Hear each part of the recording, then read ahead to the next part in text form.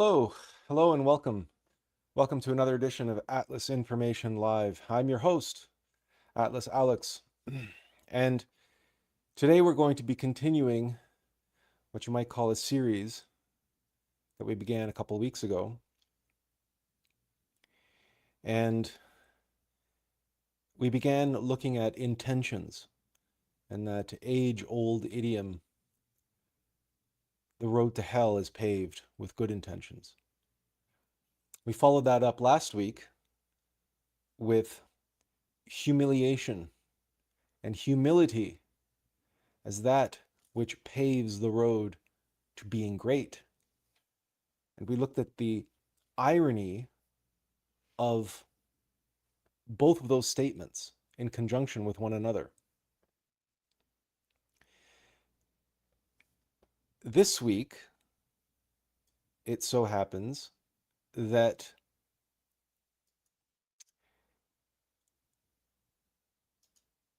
I came across a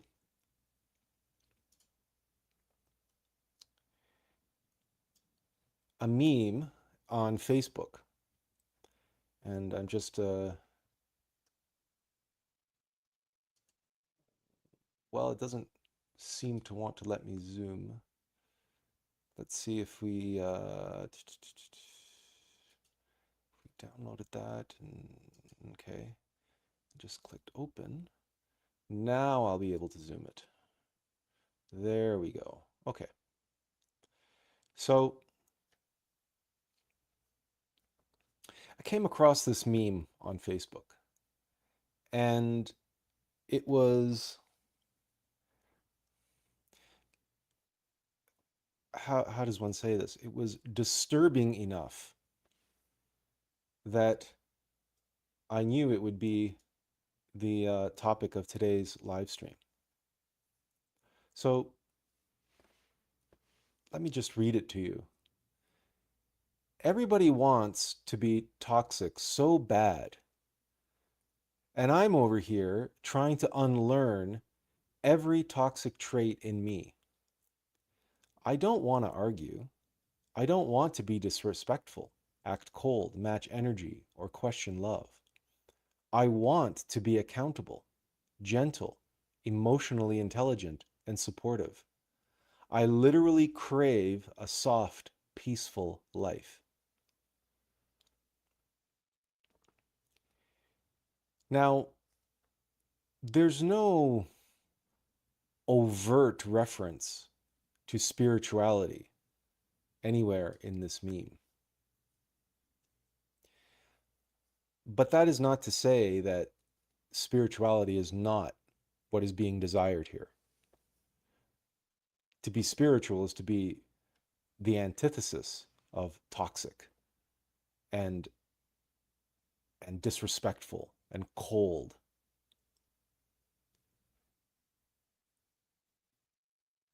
To be accountable and gentle and emotionally intelligent and supportive and literally craving a soft, peaceful life. Now, you may be asking, well, what is inherently disturbing about any of this? Isn't this a proclamation of self-worth and ethics, of a kind of checking in on oneself and saying, I don't want to be toxic. I don't want to be argumentative. I don't want to be disrespectful and cold. I want to be accountable. I want to be a good person. I want to have emotional intelligence. I want to be supportive of others. And I just want a nice, quiet, soft, peaceful life. Like, what's wrong with any of this? And to be fair, for the vast majority of people, to desire these things is enough.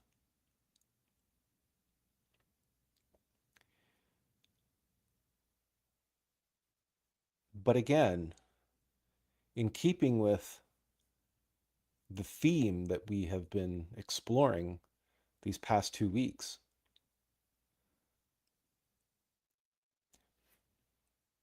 we need to dig a little deeper into what appears on the surface to be a very innocuous and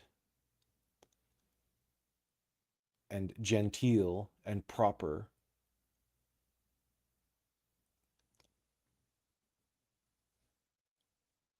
line of thinking.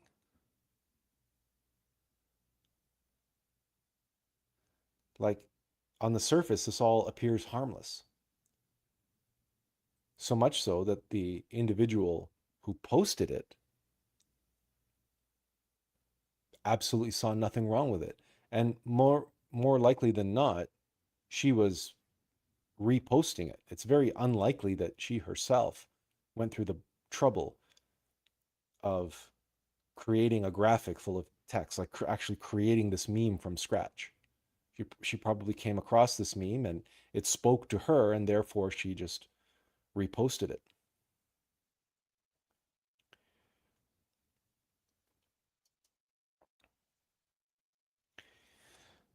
But insofar as these sentiments express desires, what I want and what I don't want, that is cravings and aversions. I don't want to argue. I don't want to be disrespectful, i.e., I don't want to rock the boat. I don't want to act cold, i.e., distant, disconnected, and indifferent. And I don't want to match energy. I don't want to be triggered by others' negativity or anger or whatever energy level that they are at. I don't want to be mechanically affected by that. And I don't want to question love. I want to be accountable, gentle, emotionally intelligent, supportive. But it's I literally crave a soft, peaceful life. I. This is all about what I want.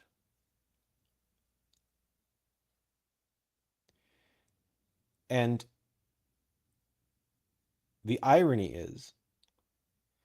is that the first part of the meme that talks about what I don't want, I don't want to be argumentative and cold and disrespectful, etc., etc. That is all that the I of ego is capable of.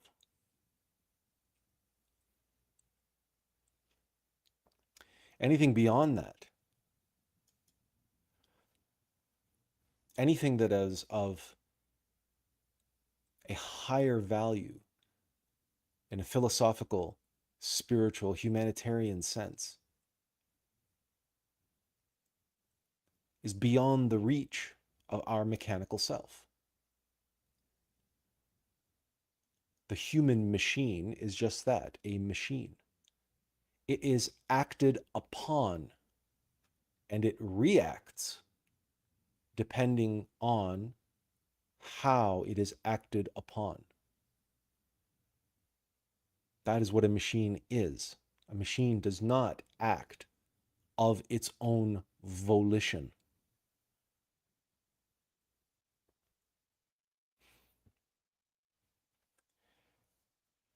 And so, in asking ourselves, why do we want to be spiritual? Why do we want to exude qualities and characteristics that are associated with higher morality, higher ethics, that are philosophically superior?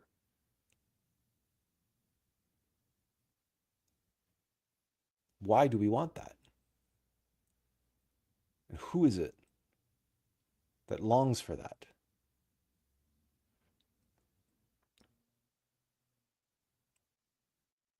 And do we really think that any of that can originate from us?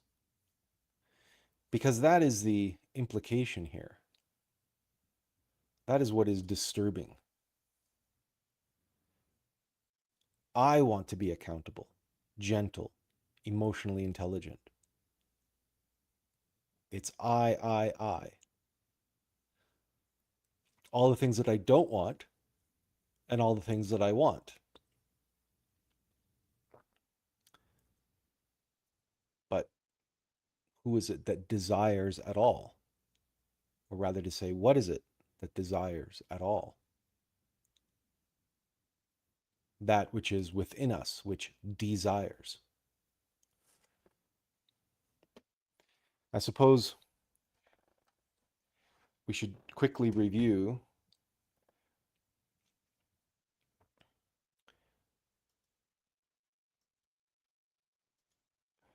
uh, we should quickly review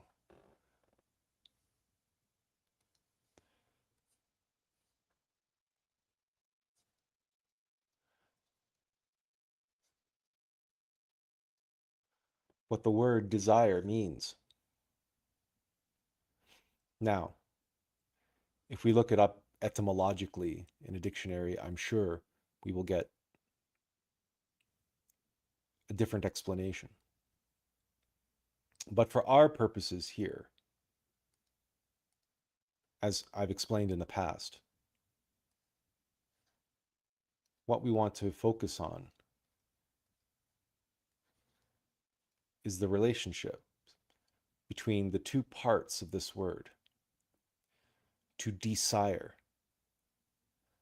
meaning to dethrone.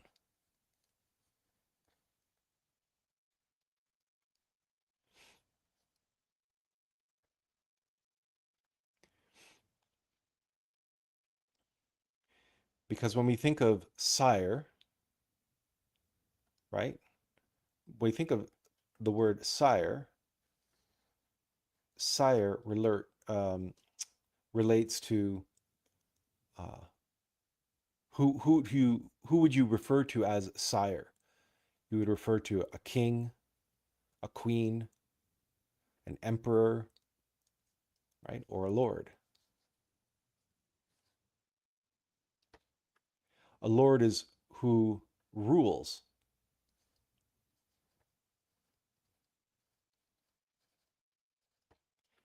And sire also means, I guess I'll use a different color here. Sire also means to beget,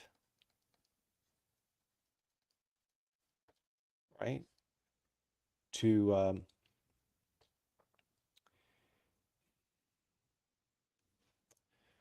to produce progeny, to reproduce, in other words, to beget children. I, so to bring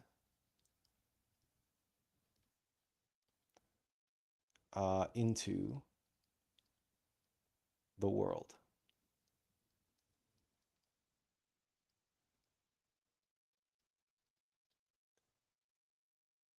We could say to procreate, but to beget in the biblical sense, to beget children, for example, right? But to bring into the world, to sire children, to sire a family. Desire, then, to desire, to dethrone,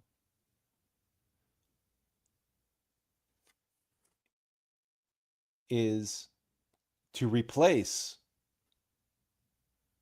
the Lord, the ruler,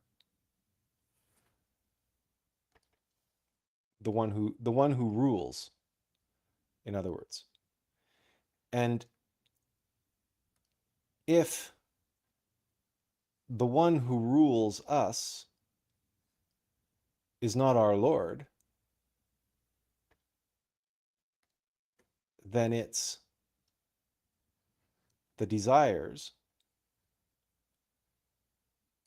that come and supersede and take the place. They desire, they dethrone our Lord, and they replace them. And those desires, they come from egos. So instead of our Lord, our higher self, our true self, we have egos that that rule that rule us. Because instead of our one Lord, our being,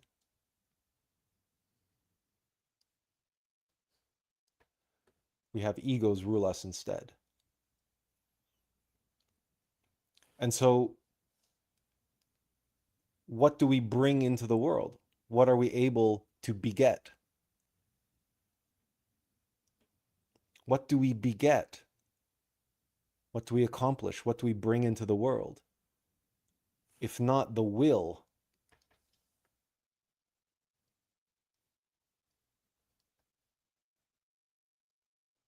of our Lord, who is supposed to rule us.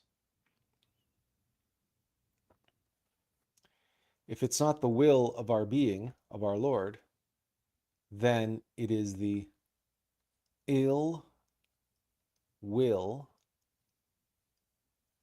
of our egos, of our I, the many egos that constitute the singular I that we identify with. And so this is why what we bring into the world, right, our intentions and statements of I want, right, and I don't want.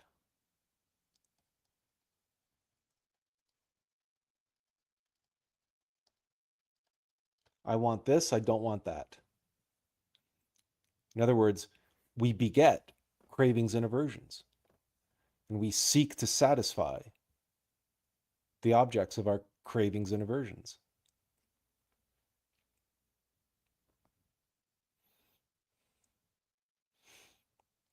This is what we bring into the world.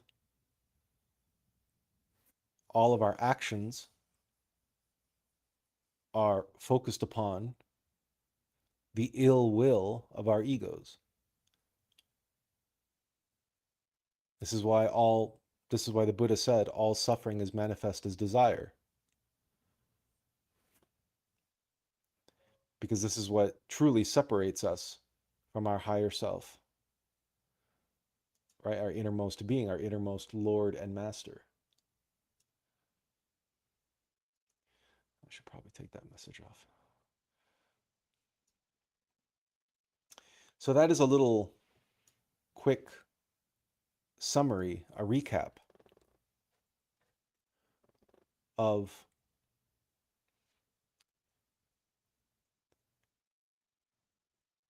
desire and the practical metaphysical dynamic taking place inside of us when we pursue desires.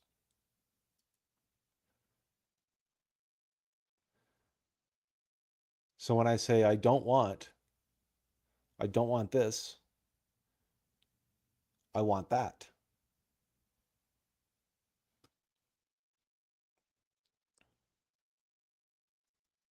They have to understand whose will is at play here.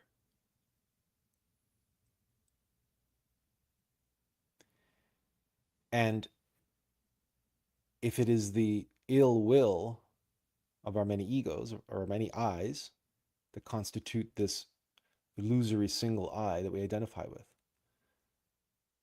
then that's not the will of our Lord, of our being.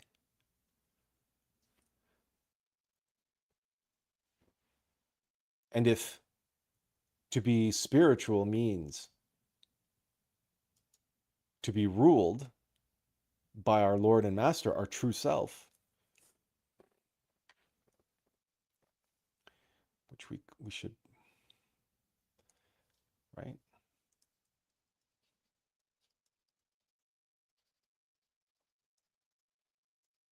If this is what means to be spiritual, because it is our true self who informs us because the true self is formless, right? If to be spiritual and to beget the will of our true self, that formless self, that innermost essence, that spirit must inform us, and through us, what we bring into the world come into the world of form.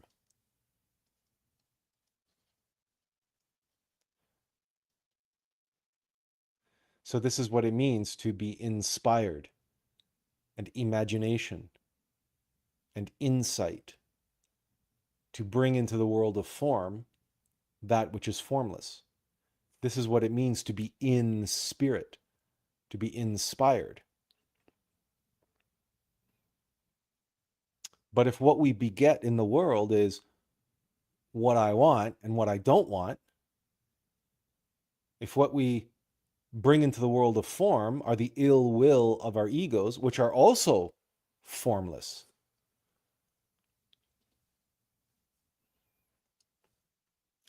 they too,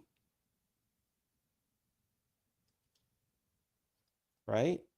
In, that's a terrible N. They also inform us. And so if what we bring into the world of form, if what we formulate are statements built around our actions, thoughts, words, and deeds built around the statements of what I want and what I don't want, then that's what we're bringing into the world of form. We are not in spirit, we are in ego. We are informed by the ill will of our I, of our false self.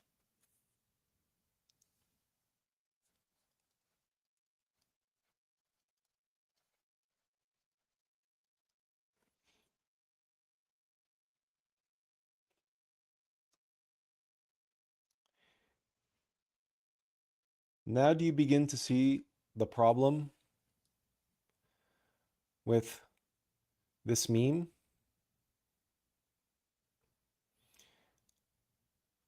I don't want to be toxic. I don't want to argue. I don't want to be disrespectful. I don't want to act cold. I don't want to question love. I want to be accountable. I want to be gentle. I want to be emotionally intelligent. I want to be supportive. I literally crave a soft, peaceful life.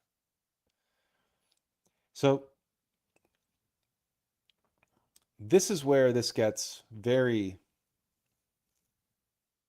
dicey and problematic. And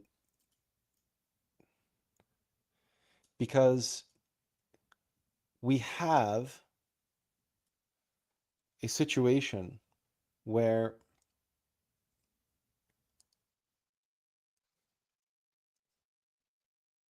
we, the human machine, cannot act of our own volition. This is a myth. A machine does not act unless it is acted upon. It is reactive. It reacts to inputs and produces outputs. That's what a machine does, and that's what a machine mind does. And we all know there from the cartoons that we grew up on that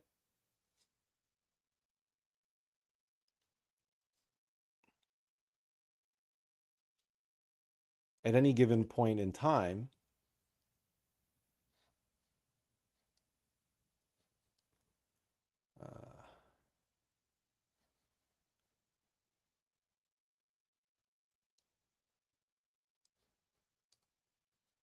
we have our right these two aspects that are advising us, that are whispering in our ear, right? The little angel on our one shoulder and the little devil on our other shoulder. And the reason why this was ubiquitous in cartoons growing up is because this is literally, metaphysically, what we experience in life. We have the still soft voice of our higher self. And then we have the many voices in our head telling us what we want and what we don't want. And generally speaking, this voice, this of spirit, of our innermost essence of God, generally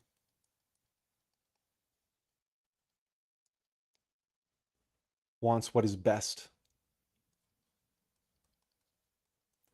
for others.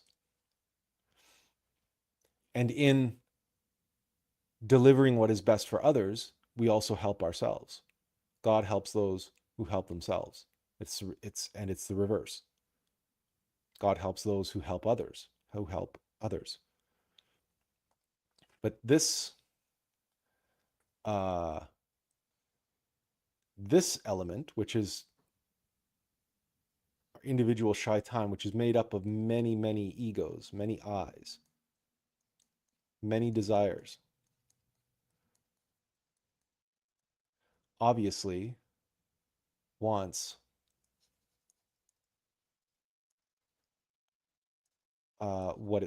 what not necessarily what is best. It just wants, right? What it wants.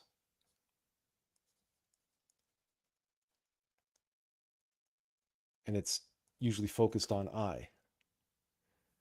But I won't say it wants what is best for us, what is best for the I, because we all know that many egos have people engage in self-destructive behavior, self-sabotaging, self-destructive behavior. So what it wants is what it wants. What it wants is best for it. And the only reason why we equate that with I is because it presents itself as I. Every ego we have presents itself as I. But they only want what they want, what is best for them. What is actually best for us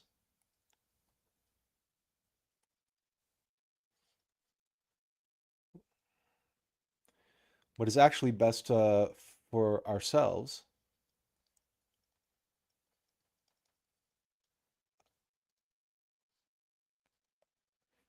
comes from our higher self and comes from our divine mother.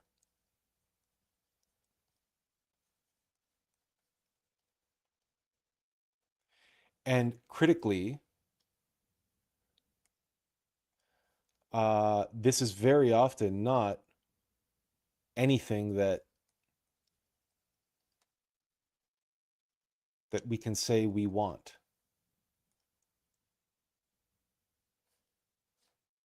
Our divine mother is not in the business of delivering what we want. She is in the business of delivering, of furnishing us with what we need.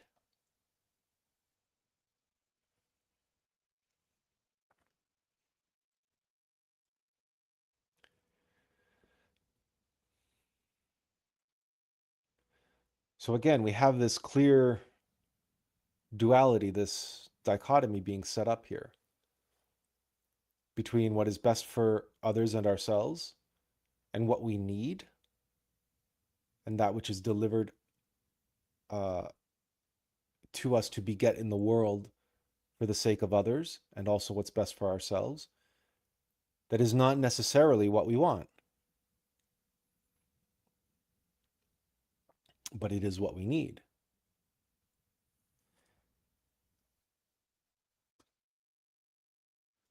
So again, let us understand all that in the context of this meme. What I want and what I don't want. There's no mention here of others. It's implied, mind you. I want to be accountable, gentle, emotionally intelligent, and supportive. It's implied that this is for the sake of others, but it's implied. And also, I don't want to argue. I don't want to be disrespectful, act cold, or match energy or question love. Is implied that these are detrimental towards others. So I don't want to treat others badly or be seen by others to be thus. I literally crave a soft, peaceful life.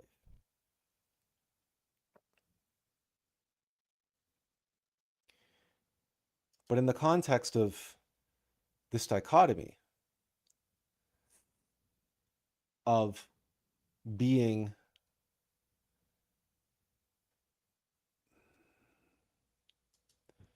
um, in spirit,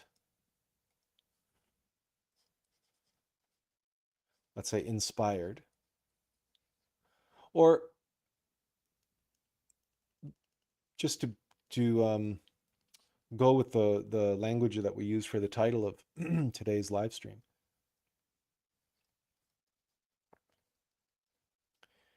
to be spiritual,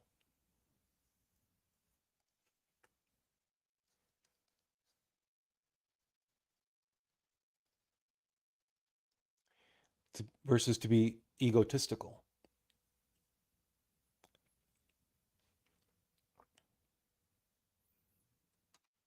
To be egoic or egotistical, we are inundated, we are saturated and overwhelmed by thoughts of what I want and what I don't want. And it's I.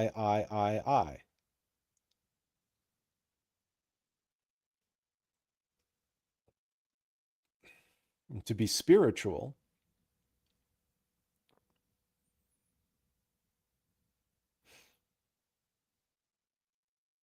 there's no desire. There's an absence of desire. Why? Because it is our higher self. It is our spirit who rules. To be spiritual means that spirit rules, spirit sires.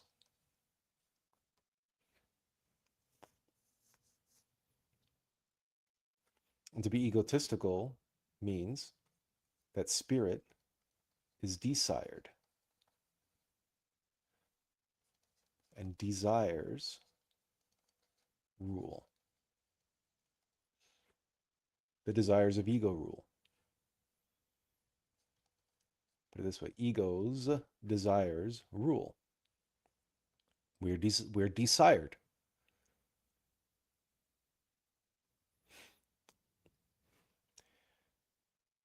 So when we encounter something like this, who is speaking?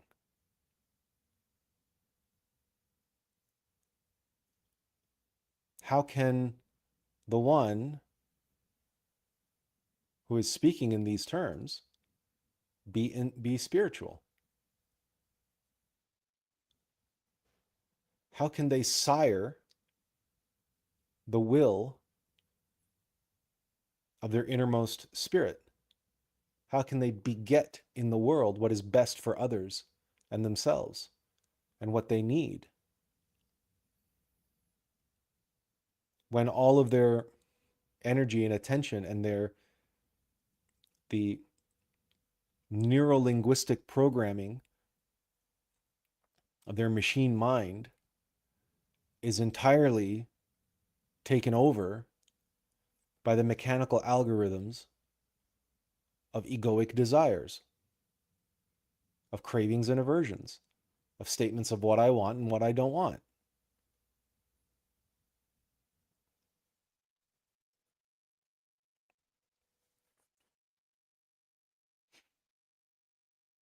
And how is it possible to become a vehicle, a vessel, a conduit for spirit to flow into, right? To fulfill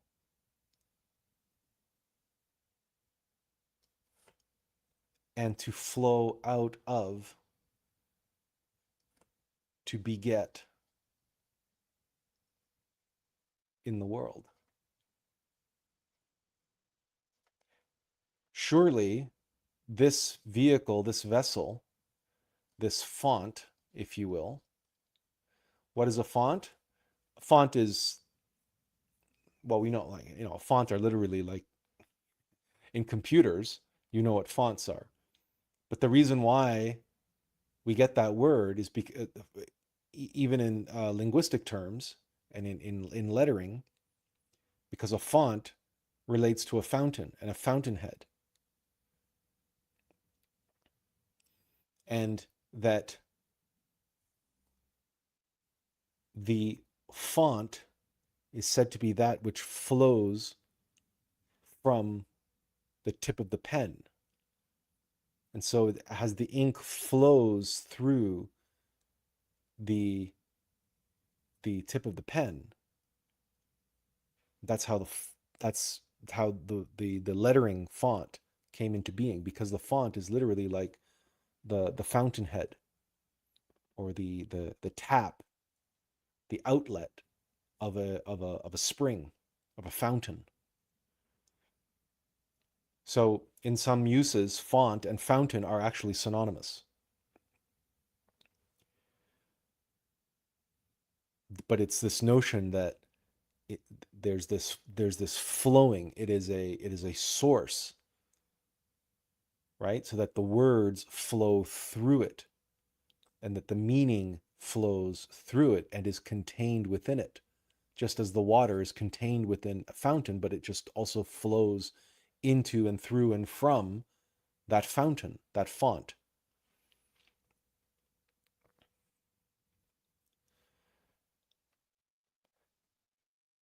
But if that font, if that fountainhead, if that vessel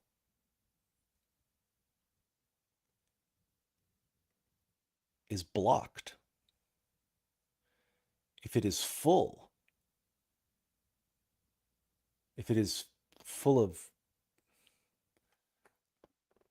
sludge or gravel or dirt or any number of things, the waters of life cannot flow through it freely.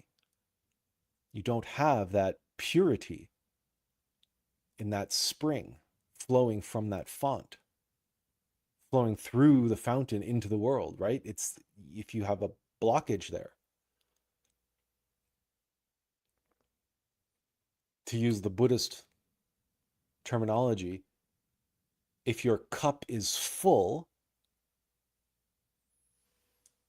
if we liken this person to a cup,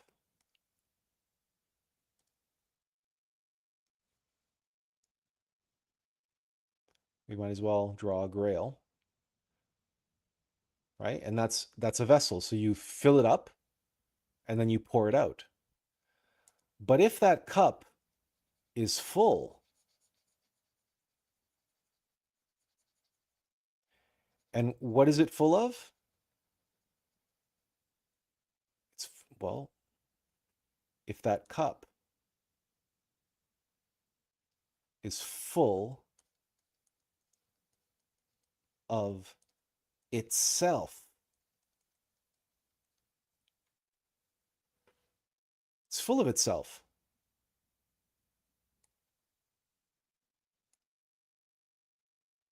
What happens if it's full of itself? Is there any room to receive,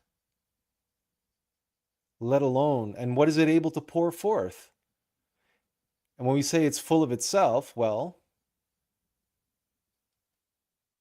what does that mean? It's it's full of its I. That didn't work as I expected. Let's uh let's try this.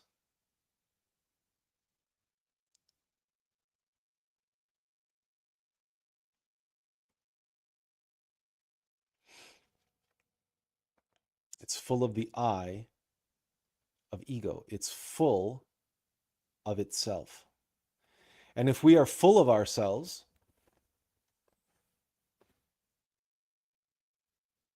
we're full of these desires, we're full of these cravings and aversions, how can we receive spirit and be filled with spirit and beget in the world the will of the spirit and spiritual things? How can we be a spiritual being if we're full of ourselves? We're full of our eyes.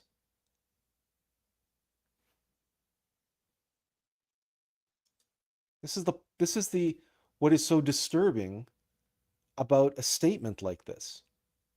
Because on the surface, we can read this and go, "Oh, isn't that nice? Isn't that admirable?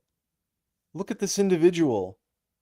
Look at this profound statement of, oh, I don't want to be like all those other people and disrespectful and toxic and cold and mechanically matching energy and questioning love. I don't want to be like that. No, no, no. I want to be accountable. I want to be gentle. I want to be emotionally intelligent. I want to be supportive because I literally crave a soft, peaceful life."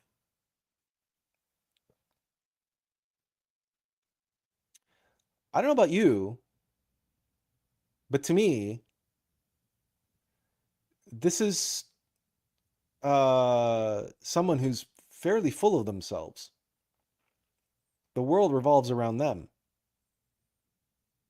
And they're really only concerned about what they want and don't want and what they crave more than anything.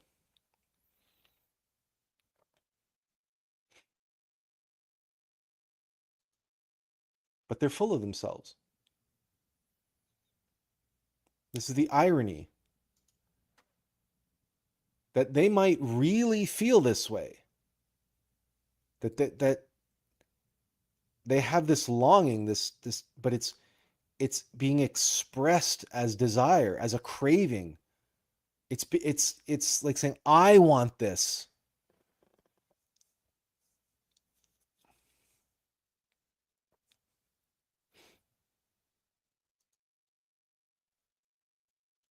Well, we're going to get into the uh, the full picture of what hopefully you're beginning to see the problem. But we're going to get into exactly what that problem is in just a minute.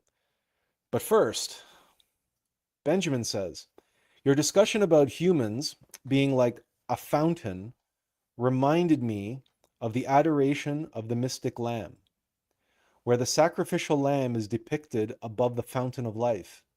The imagery is deeply symbolic and carries so much meaning. Well, that's exactly right. That's exactly right. Because let's face it, God became man. How? Jesus was not born God. He was not born God. He was born a man. He had to become God. He had to become Christified. He had to be born again of the waters and of the Spirit, of the waters and of the Spirit. Right there, even in the Bible. And let's face it, whether it's the waters in the Spirit that Jesus speaks of, the baptismal font, the baptismal waters of John the Baptist, or the waters of Moses, of the Red Sea, who parts the Red Sea to allow the Israelites to pass, but then crashes the waters crash down upon Pharaoh and the armies of Pharaoh and the chariots and the horses, and they all drown in the waters. The relationship between waters and the Spirit is ubiquitous throughout the scriptures. The references to water and the Spirit, and how water shows up all the time in at the most crucial, symbolic, and meaningful points in the Bible. So, for example, when Jesus is upon the cross and the Roman centurion takes his spear, what will be known as the spear of destiny, and pierces Jesus' side, what flows from Jesus' side is blood and water. Blood and water pours forth from Jesus' side as he is upon the cross. This is a clue, another clue, as to the importance of waters and how water, and we're not just talking about H2O, because spirit is an ineffable, formless phenomenon. But water, we can understand. Water, we can relate to. The waters of life. Water gives life, and water takes it. And water flows. And water fills up a vessel, and we carry that water, and we pour that water out. And even in the middle of a desert, we seek water, we seek the oasis. An oasis, water in the desert is an oasis. And very often, 99 times out of 100, an oasis depends upon a source which is deep within, i.e., a well, but certainly even a spring is fed from within. This is a key.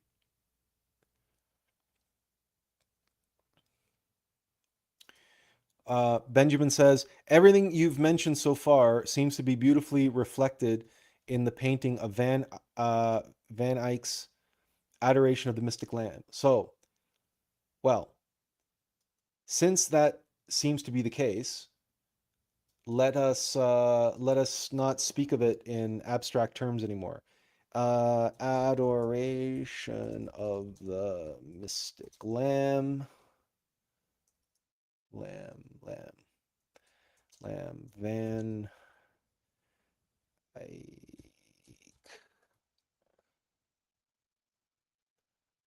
Let's see, images.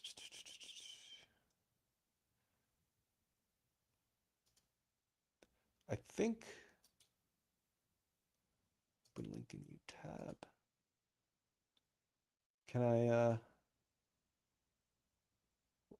let's see. Let's make it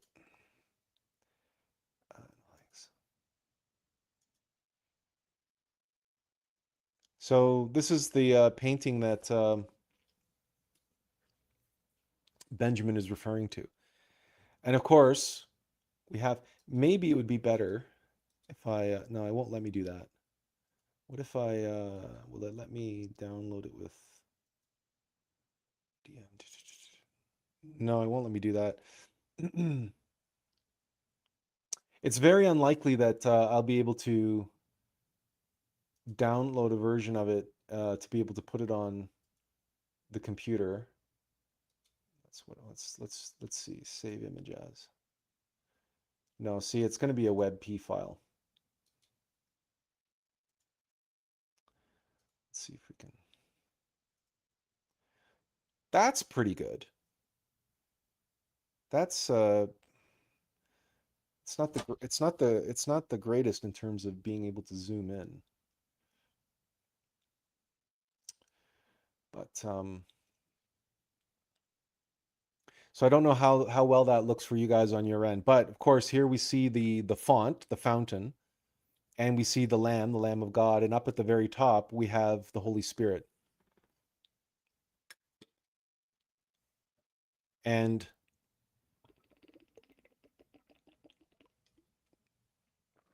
we can also see in the background,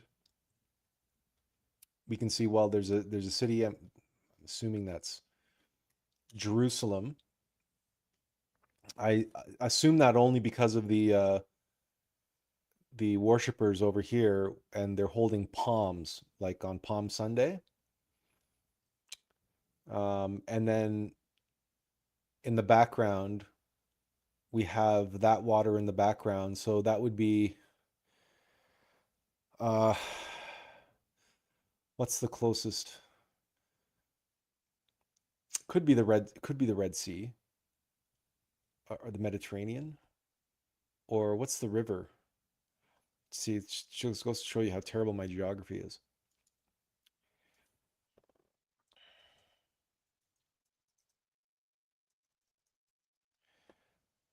Uh,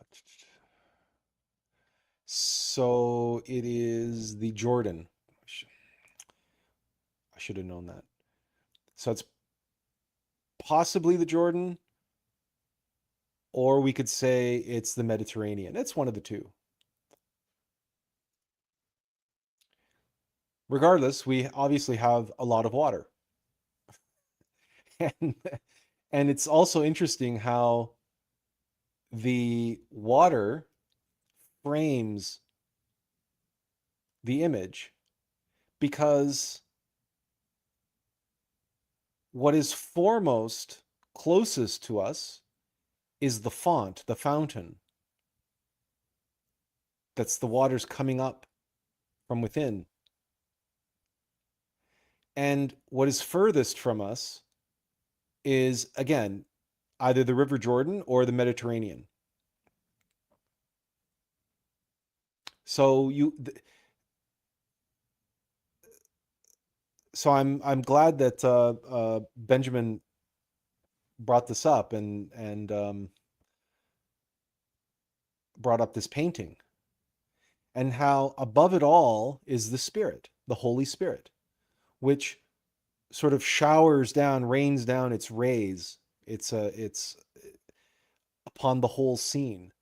And of course, in the center is the Lamb of God, which is the symbol of the Christ, who is born of the waters and the Spirit.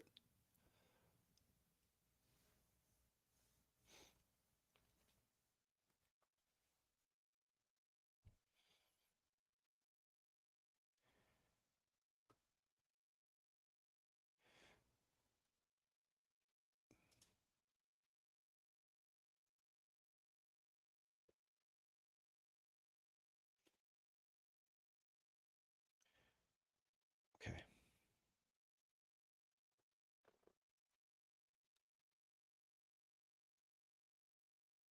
If anyone has any other intuitions or insights with regard to this painting,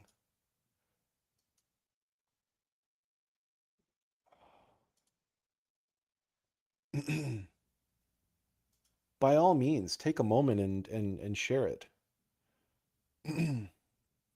I'd love to keep it on in the back, like, for the rest of the live stream, but unfortunately, I can't do that.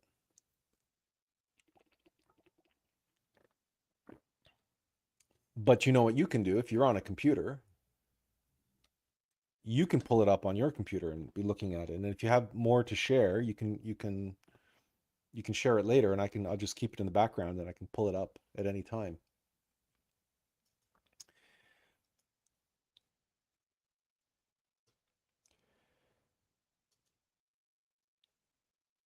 But let's continue with our metaphysical scientific analysis here.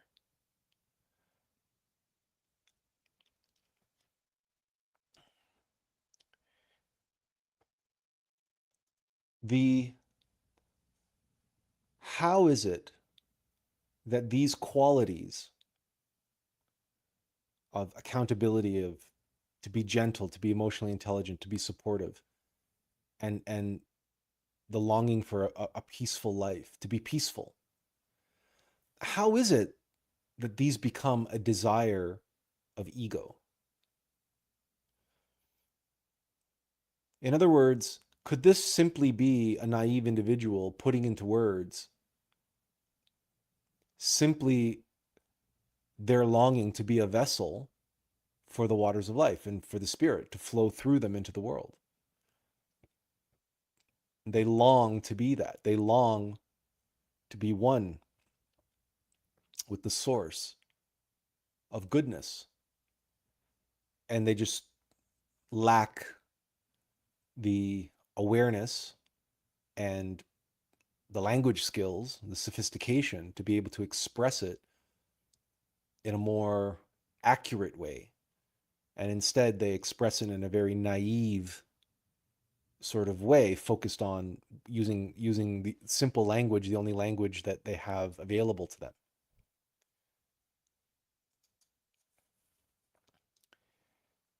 So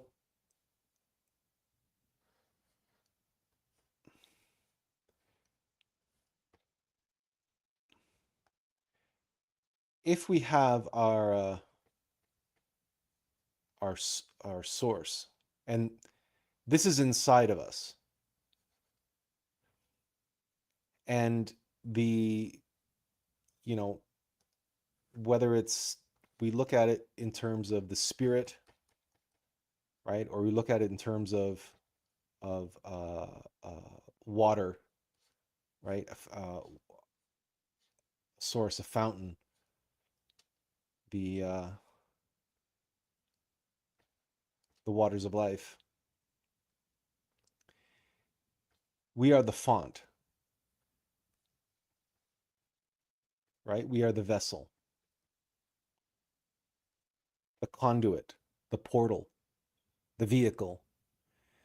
We can pick any number of words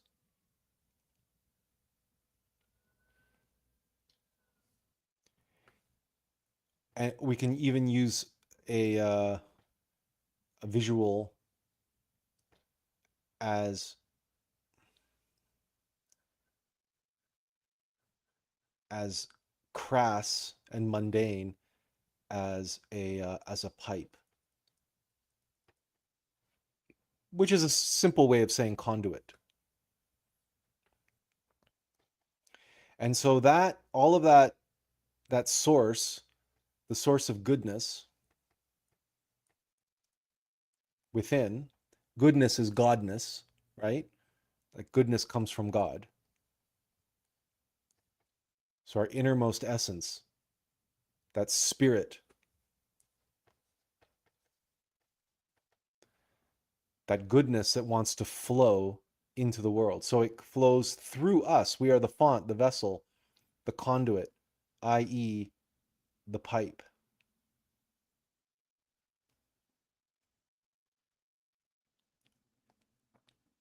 And ideally,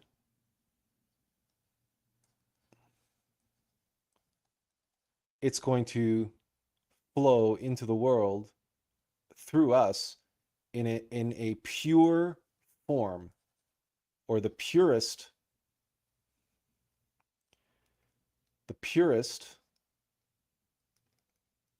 Let me try to write this in a way where it's the purest form possible. You guys see that okay? Yeah, okay. Right?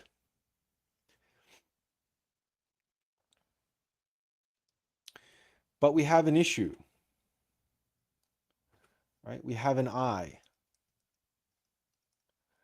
We have these desires. which you remember,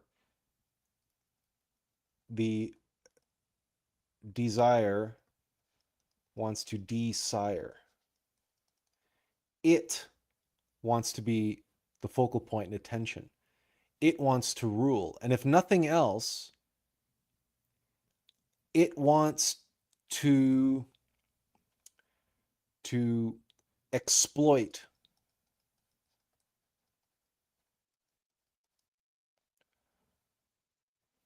especially that which is good. So it wants to take credit for and exploit. And anything that is flowing through us, it wants to appropriate.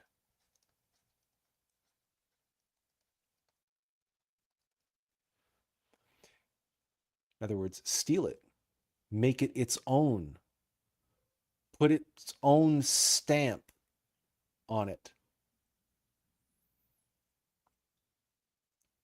To say that it wants to pull the wool over our eyes so that we no longer see ourselves as a font or as a vessel, but that our eye wants to insert itself as the source.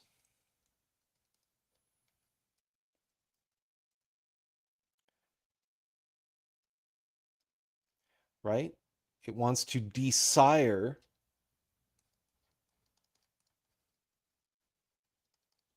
our source by desiring the goodness that comes from God. That's what this quote demonstrates. If you read between the lines, what is happening. So what that means is, if this pipe, if it, what should be a conduit is filtered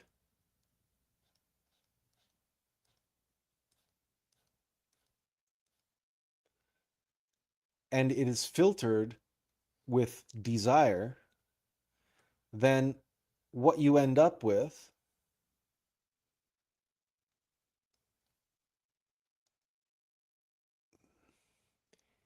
is, well, let's do it this way.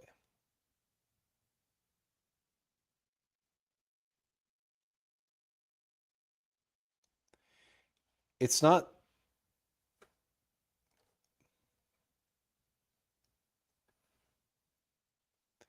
it's now I'm, right? I'm the source. I'm the source. I'm the one who's special. I'm the one who's good, right? I'm the one who's peaceful. I'm accountable. I am gentle. I am emotionally intelligent. I am supportive. And I am peaceful. I am living a peaceful life. So when you insert the I'm, which is the I am, when you put the I'm in front of purist, you get impurist. It's in other words, it's impure. It's an impure form. Because the I is filtering the spiritual, the metaphysical process of spirituality coming from the ineffable world of the formless into the world of form. How is it informed?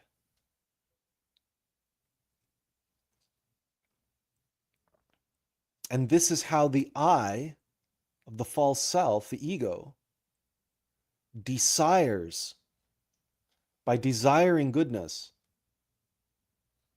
inserts itself colors. There's another word for this. It's called tainted.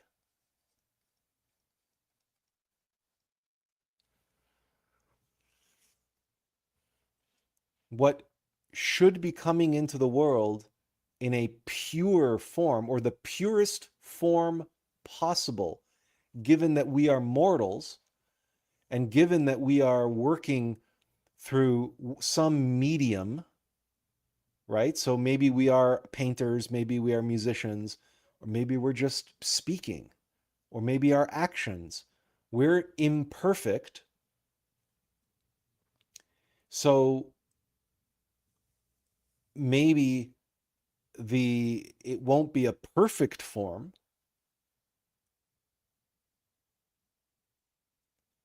but then again,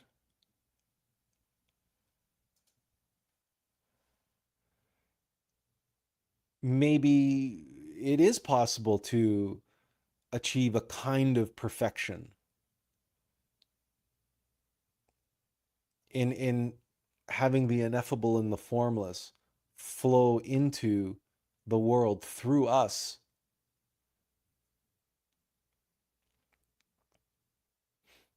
and it can take form. Because I don't know about you, I don't see a great deal of ego in this painting.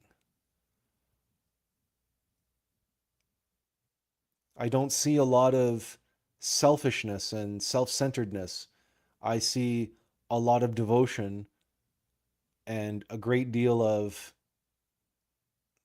knowledge and wisdom, um, immortalized in this painting.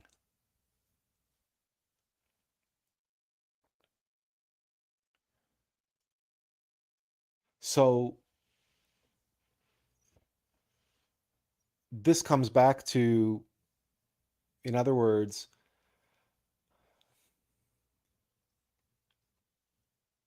this is really getting down to the brass tacks of what we were talking about last week and 2 weeks ago. Because you can be very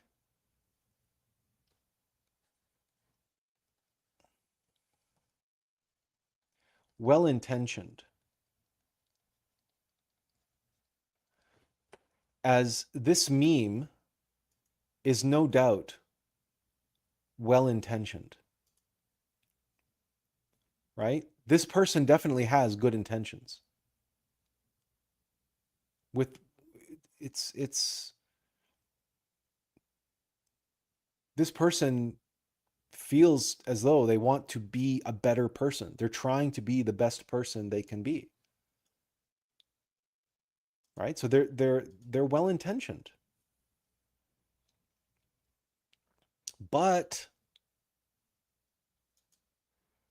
they're altogether full of themselves. And when you're full of yourself, your conduit, your pipe,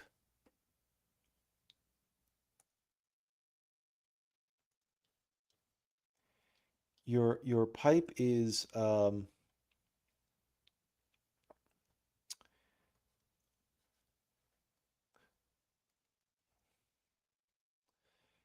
unclear.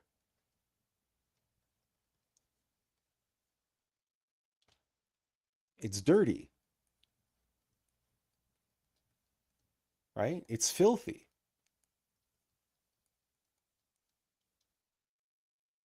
Then the water that flows from that pipe is going to be impure. It's going to reflect, it's going to take on the characteristics, it's going to absorb whatever the inside of that pipe is like, whatever the conduit is like. So if you're full of yourself, your well intentions are going to taint the form that spirit is trying to take, and it's going to end up in an impure form. And it is done, and it has done so because the pipe was full of itself, full of eyes, dirty, filthy pipe, full of eyes.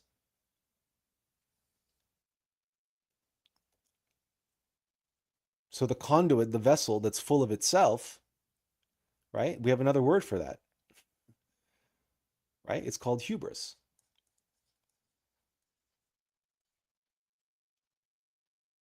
And it's interesting to me because the latter half, the first part of hubris is like hume, like earth, like the prefix of human being.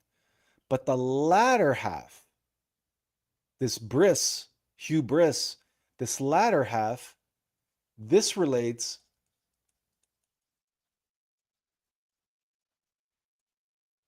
to the word debris. So hubris, it's human debris. In Buddhism, egos are called psychological aggregates. Aggregate is like gravel, it's debris. That's literally what an aggregate is. Like gravel, like sand. Well, maybe not so much sand, but aggregates are like we talk about something in aggregate. It's a collection of many things. So a pile of debris, right? So hubris, it's it's earthen debris. That's pride, in other words. So pride is not one thing. It's a pile of things, like we talked earlier, right? It's many, many, many, many, many eyes that in aggregate form the false self. But isn't it interesting that it is coded into the very language, into the very word of pride itself? Because when we think of pride, when we think of pride, what do you think of? Normally, you think of pride, you think of I, of me, of one person. But clearly, hubris is not that. Pride, and by the way, that's another interesting aspect, is that we have another use case for the word pride, which refers to many, a collective, an aggregate. And that's, of course, a pride of lions. A pride of lions is a collective of lions. It's a pride. So both hubris and pride refer to a collective, an aggregate of many, of debris, of dirt, of filth. And if you think of a pipe, a conduit that is filled with gravel, filled with dirt, filled with debris, and then you pour fresh water through it, what is that water going to be like coming out the other end? Is it going to be pure, fresh spring water, or is it going to be dirty, filthy water? And if it's true for water, why wouldn't it be true for spirit?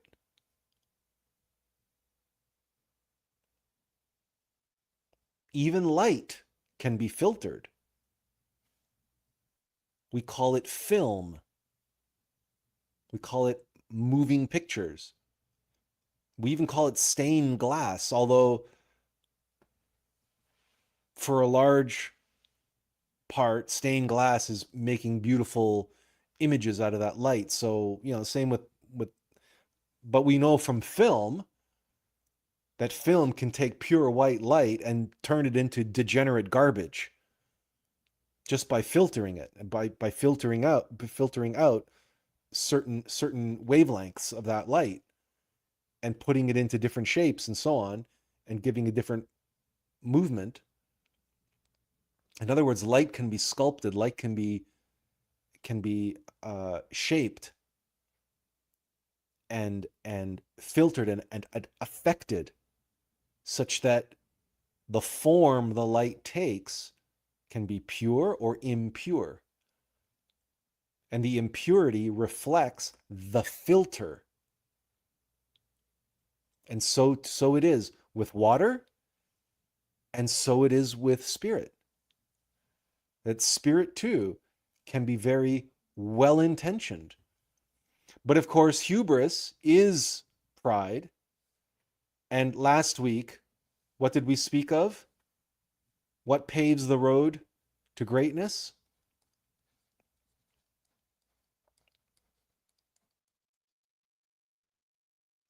Humiliation.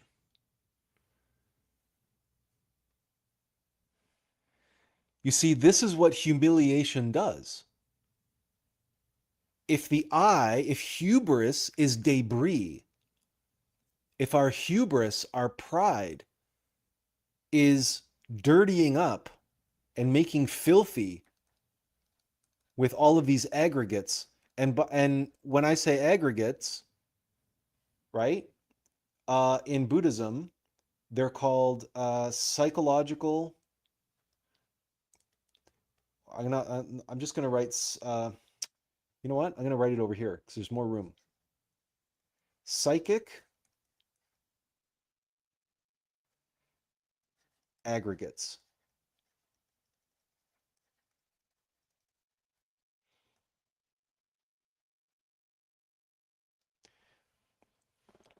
If our vessel, our conduit, is filled with psychological aggregates, that term comes from Buddhism, Tibetan Buddhism, then the spirit flowing into us and through us is going to be tainted. It's going to be dirty. It's going to be filthy. However well intentioned we are doing the work of spirit in the world, if I'm doing it and I want to do it and I want to do God's work, then there's going to be too much of me in God's work. Whereas when you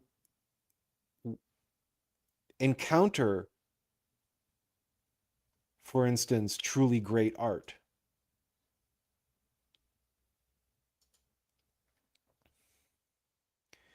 you discover that, try as you might, the longer you look at the artwork, the less and less of the artist you see. Certainly the ego, the troubles of the artist, and only the purity of the form. What you discover in high art is the inner artist of the mortal who painted the painting. When you listen to Mozart, you can't hear the troubled youth in his music. There's this great line from the film Amadeus. Mozart says to the Emperor of Austria, he says, forgive me, Highness, forgive me, sire, I'm a vulgar man, but I assure you my music is not. And it's in several points throughout that film, and it's worthwhile watching again if you haven't seen it in a while. That is a worthwhile one. Another excellent one is Immortal Beloved, with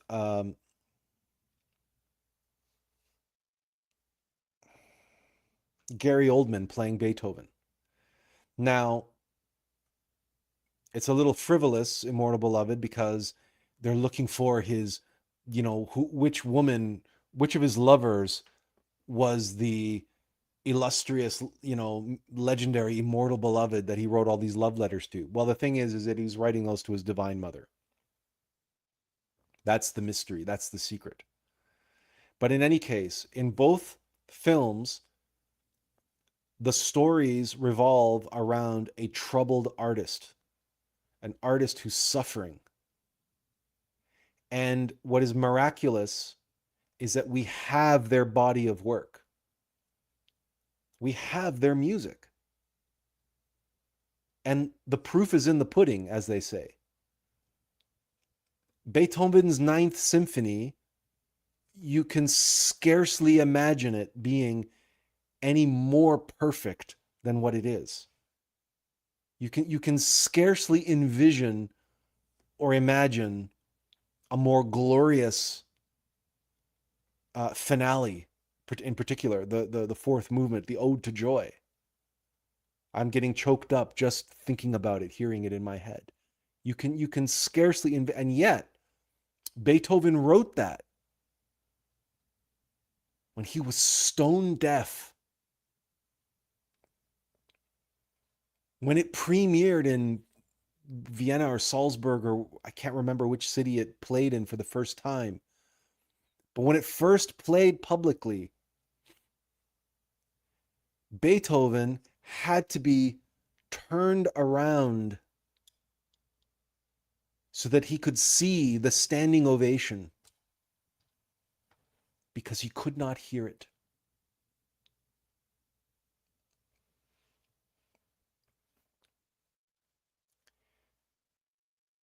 Think about that for just one moment.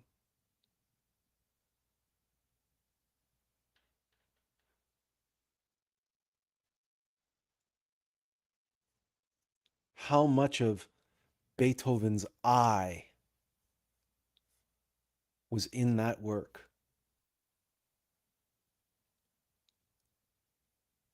When it was deprived, not only hearing it played, but it was deprived hearing the ovation, the validation, the joyous love and exuberance that the music brought out of the audience who was hearing it, that music for the first time. Beethoven's eye, his mortal self, was denied the experience of adulation, of recognition. He was denied the ovation that he was given. He could not hear the cries of joy coming from the people behind him.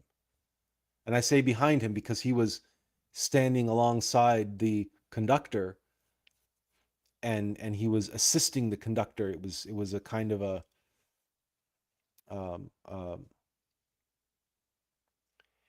they were trying to be charitable and throw him a bone and let him, partake in the premiere of the symphony. So whether it's Amadeus or Immortal Beloved, whether it's the story of Mozart or Beethoven, but of course there's many other artists who have suffered and endured many hardships along the way. And even though they were imperfect beings, they were not perfect men by any standpoint. But their perfection can be found in and through their work. So this is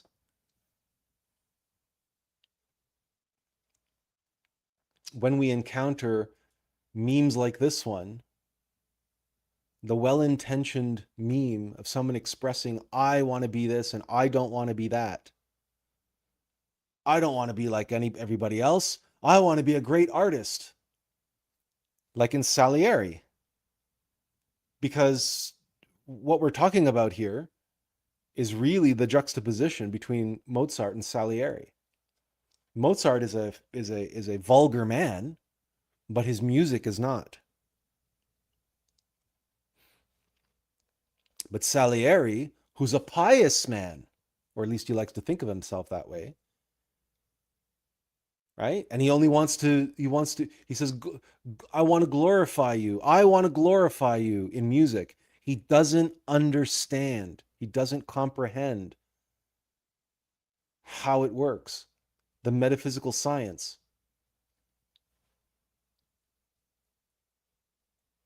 Mozart was not glorifying God with his music. Mozart was simply taking dictation, words that Salieri himself says in the film.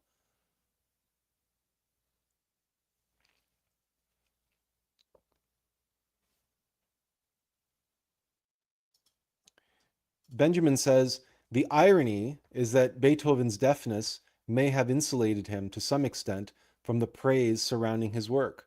Perhaps that made it easier for him to remain focused on the music itself rather than becoming consumed by the recognition or ego.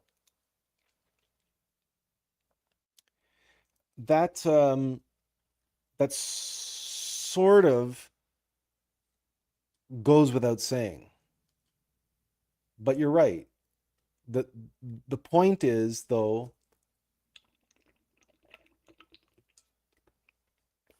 that Beethoven, it's because it wasn't so much that Beethoven couldn't hear um, the praise surrounding his work. He couldn't hear the music he was writing. He was literally being cut off from the creative process. He had to put his faith and trust in God, in his inner musician, who was the true genius, just like Mozart's innermost musician was the true genius. And like Salieri said, Mozart was just taking dictation. But Beethoven's original scores were not like Mozart's. They were filled with corrections and scratching out and scribbling, and they were chaotic, and it was madness. They were a war, a battle, an ongoing battle between a mortal self clinging to and desperate to cling to the creative process, and a higher self that was saying, the more you get in the way, the more you get in the way, the more impure the end product is going to be. If you want the purest form possible, you must be humiliated. You must be humbled. You must be humiliated. And for a musician, nothing is more humiliating than to be deaf. This is how, okay, he was being humiliated. He was being humbled. In other words, when you are humiliated, you can clear out the debris that is hubris. You can clear out the debris that is hubris. Right? That's the relationship between these two words, debris and hubris, that's clogging up this pipe. But if you clean out that pipe, and there's no more psychological aggregate, there's no more debris getting in the way of what wants to flow, now it can flow in its purest form possible. That's the Ninth Symphony. But Beethoven's life was a lifetime, a slow lifetime of humiliation, of getting his I out of the way of himself, of his self. That's how today's topic and this meme of I relates to last week and the previous week's lectures on intention and humiliation, and how the desire to be spiritual paves the way to spiritual ruin. Because so long as that desire is there, that hubris, that debris is actually is getting in the way of spirit. So the desire to be spiritual is an oxymoron.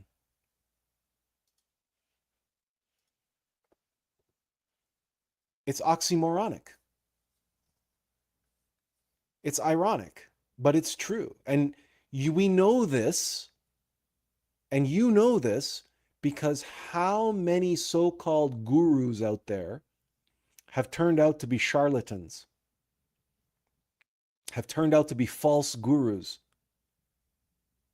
behind all manner of scandals, behind all manner of degenerated sex cults and $1 million, multi-million-dollar businesses, and it just, the list goes on and on and on and on and on.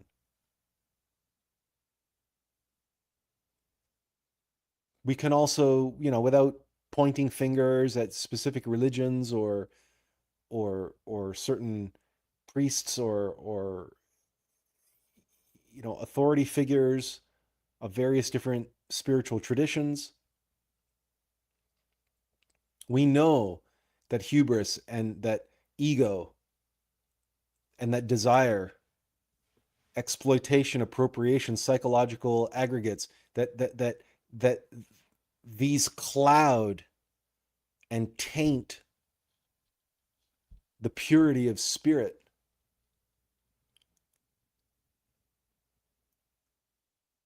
Because many people at some point in their life, they just decide, I'm going to be a great spiritual guide. I'm going to be a great spiritual guru. I.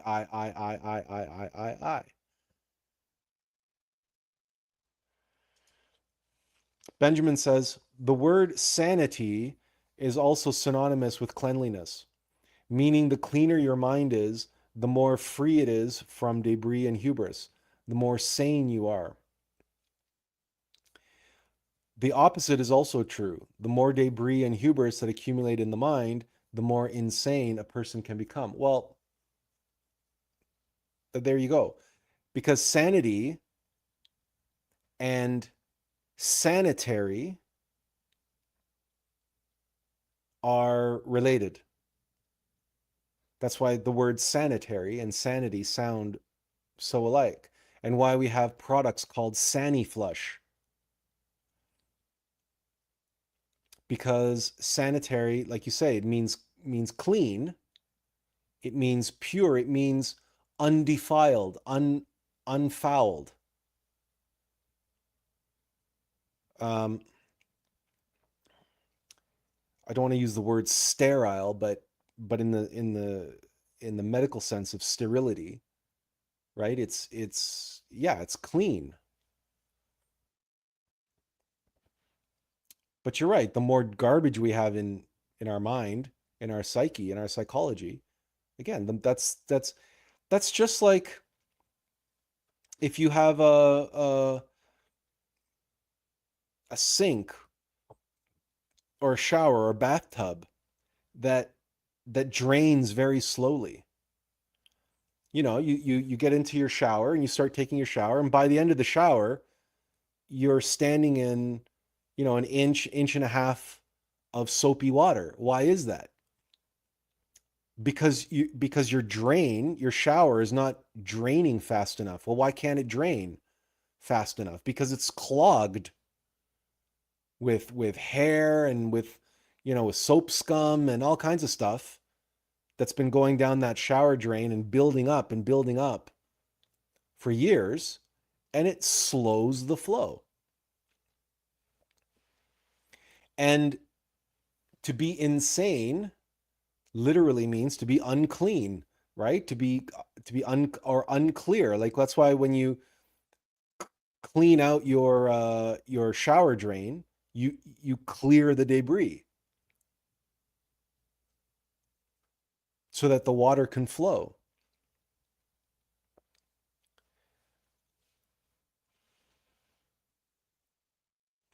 And insanity, if sanity is what is flowing through you into the world in its purest form, then insanity is what's flowing through you into the world in its impurest form, in its dirtiest, filthiest form. So it's when water is the most tainted it can be. That's what we call insane. Insane. It's unsanitary. It's not fit for human consumption. That's why we take insane people and we put them in asylums. We have to remove them from public because their behavior is unfit for public consumption. Because what is flowing through them into the world is unsanitary.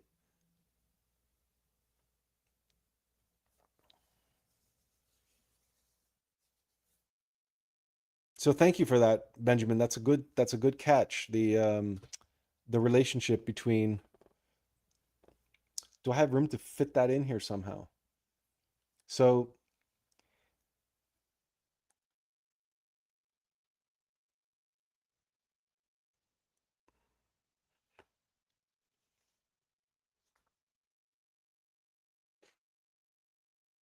so it's the difference between sanitary or yes, well, let's just say sane and insane.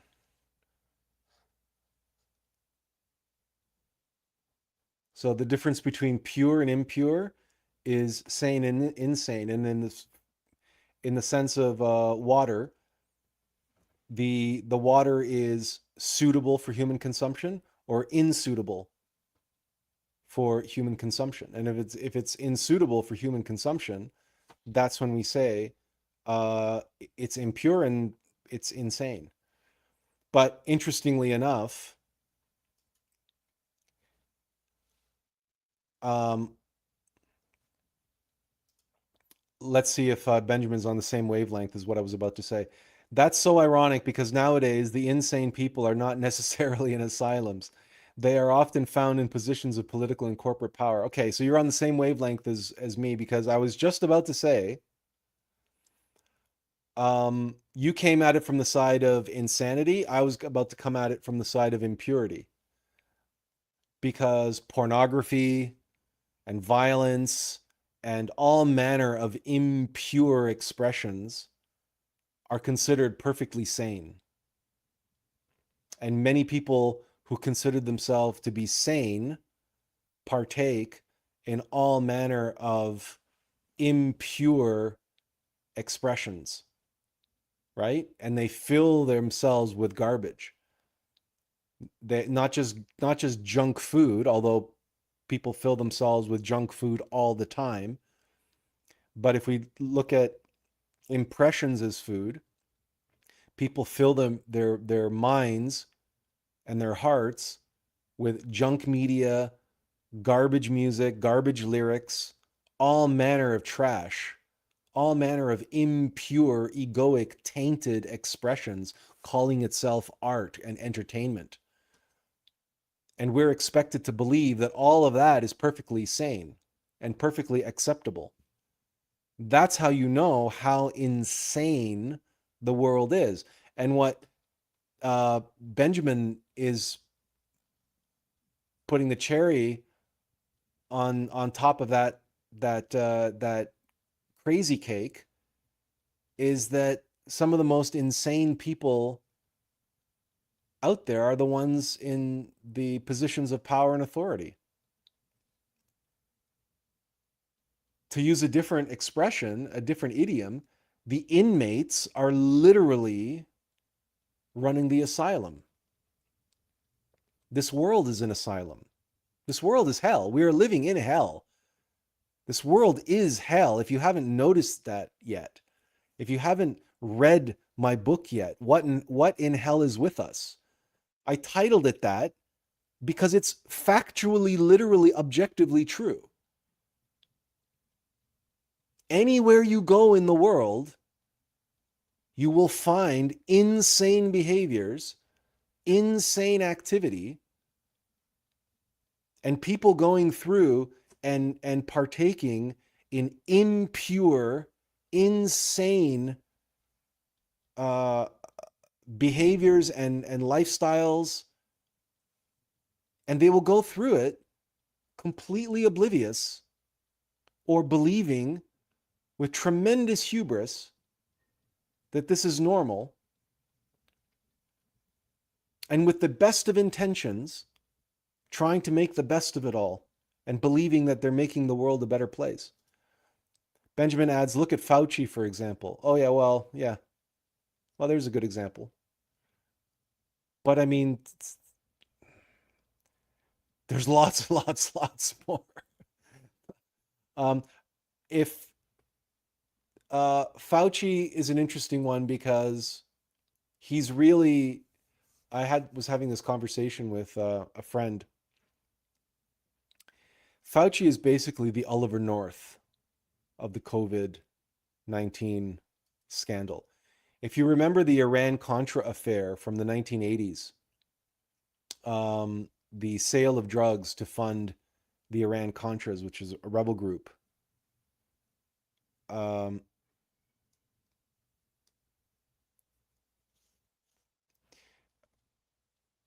yeah, drugs. It's the Drugs for Guns uh, program. It was called the Iran-Contra affair. And you see, anytime something goes bad for the powers that be, they have to have a very public reckoning and a kind of a show trial where they basically pick a fall guy, and the fall guy was usually the point man who was involved in the secret operation. So in the case of the Iran Contra affair, uh, the point man was Lieutenant Oliver North, and he was the one who became the fall guy, and he was the one who was sitting in front of senators being grilled day after day after day after day. The Contra hearings, the Iran Contra affair, and it was this huge scandal in the 80s. But Oliver North was the fall guy. He is the one they pinned everything on. Now they're doing exactly the same thing to Fauci, because Fauci, at the end of the day, was just following orders. He was given an operation and he was executing the operation the same way that he executed the AIDS epidemic, so called, in the 80s and 90s. So, but COVID-19 went wrong. The mRNA vaccine went awry. And there, the economic fallout and everything else, all it was, the whole thing was a botched disaster. And they're trying to pin it on Fauci now. That Fauci was the one responsible for all of it. The wrinkle in the whole thing was that Biden gave him a preemptive pardon, pardoning him from any wrongdoing. So Yeah, I've been watching some of those hearings as well. Fauci's so arrogant during the COVID era, and even saying that he is science. Look, the fact of the matter is that when it comes to the CIA and these agencies, when you want to um, undertake an operation of these sorts of monumental proportions and subject not just the American people, but the population of the world to such crimes and atrocities, um, you you have no choice but to turn to psychopaths who will do your bidding. So it's kind of like it's kind of like if you run a dog fighting ring, you you know you got to work with pit bulls, or you got to work with dog breeds, and specifically dogs and owners of dogs who who are going to behave in a way that is necessary to make your operation successful. So I'm not trying to admonish Fauci by any stretch of the imagination, but I'm just trying to make clear that Fauci is not the be all and the end all and the ringleader of all of this. He isn't. There is this was there is much larger machinations in play. And Fauci is just, what was it Lee Harvey Oswald said before Jack Ruby killed him? He said, I am just a patsy. There's no question that Lee Harvey Oswald was involved with the CIA and involved in spying and who knows what else. But to say that he was the lone gunman and that nobody else was involved and that there's no conspiracy or that there's no right, like, but you see, this is a pattern that repeats over and over and over again.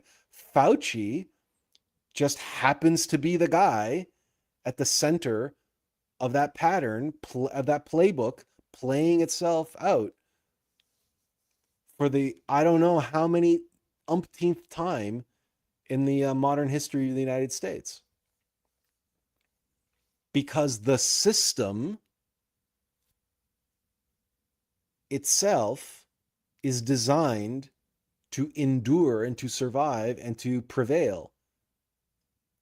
And so the system will happily sacrifice one of its own and throw one of its own to the wolves and make a big show trial of it, make a big political theater out of it,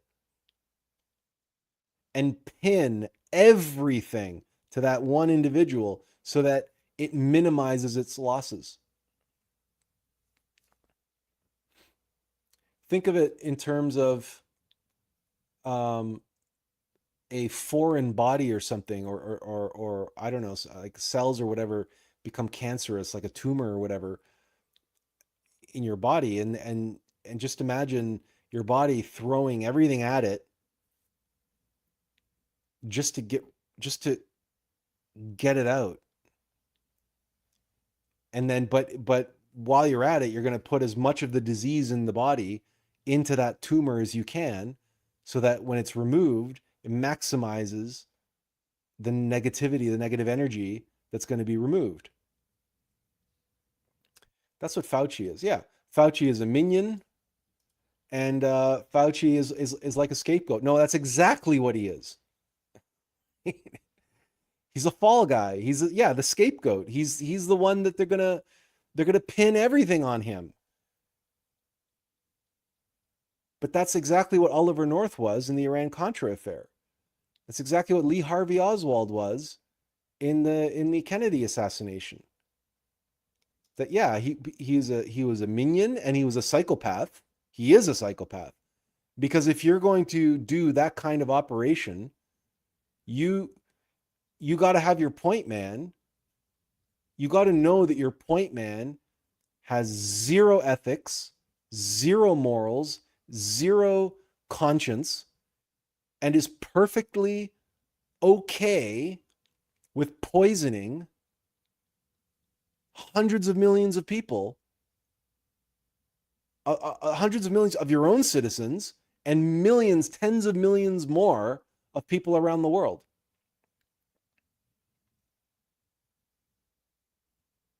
It, you have to know that going in, and they knew that.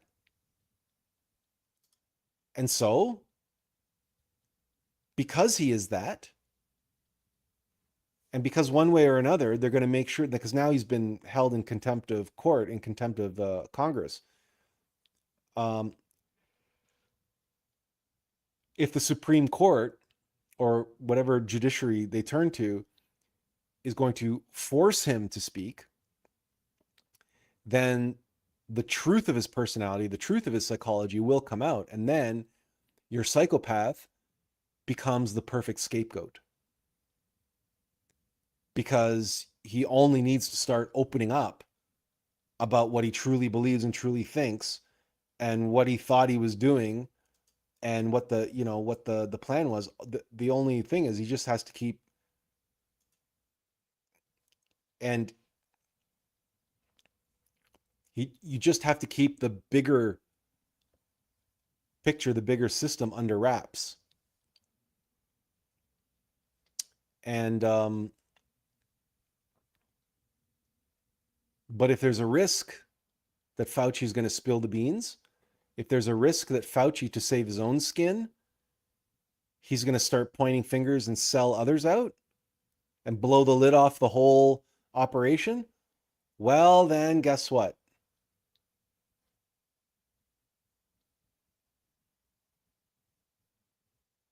Remember Jeffrey Epstein? Remember all the memes? Epstein didn't kill himself. Oh, I got to be careful what I say on this platform. Epstein didn't self-delete. If there's any risk that Fauci is going to spill the beans and is going to start selling out, and if Fauci turncoats on the system and becomes a whistleblower, rest assured, 100%, he's going to be found dangling in his cell somewhere. Or at least that's what the media is going to tell you. That's what the media is going to tell us. Because that's another pattern. That's another thing that, or they'll do it more brazenly. They'll do it like the mob did it with Lee Harvey Oswald, and they'll shoot him on live television. But it's the same playbook. You get one guy, one fall guy, one scapegoat. He was the point man, right? He played a critical role in the operation. And then when the operation goes sour, he becomes your fall guy, your scapegoat.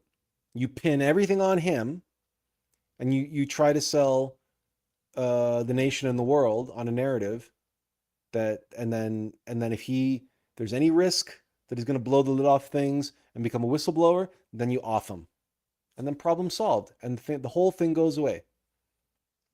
And if people keep making a stink about it, you hold a public inquiry. You call it the Warren Commission or the 9/11 Commission or whatever, right? And you publish a 2,000, 5,000, however long, 1,000-page, multi-volume publication about the call it the 9/11 Commission or the Warren Commission or whatever commission you want to call it, and then people can spend the rest of their lives going through that with a fine-tooth comb, trying to pick holes in it, because people have been doing that to the Warren Commission since the 60s. And it's just information overload. You just inundate and overwhelm people with it. Anyway, um, in any case, we got a little bit off topic, but coming back to it, let's very quickly then, let's see if we can't put a punctuation point on today's topic. How do we get around this? How do we avoid this phenomenon? In other words, how can we reorient ourselves, our thinking and our language, so that we don't fall into the trap of hubris and we don't bury ourselves in our own hubris under piles of debris, piles of psychological aggregates that end up blocking the source? And we can turn to images such as this one, the one that Benjamin shared with us, Van Eyck, and the what was the name of the painting? The Adoration of the Mystic Lamb. Now, the thing about a lamb, right? A lamb is very humble. I mentioned humility and humiliation. That's fair. But there's more here, but with the adoration, right? And people on their knees, and so there's a clue in there. But we can take things a little bit more practical, and we need not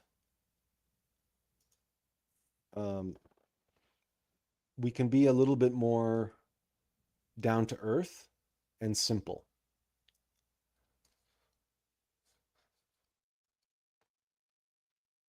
And right beneath that, I'm going to draw our vessel again.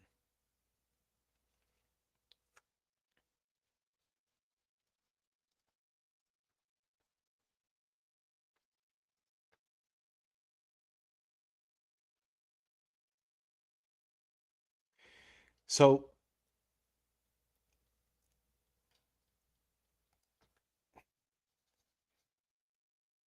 if we very simply understand ourselves to be a human machine, what kind of machine are we?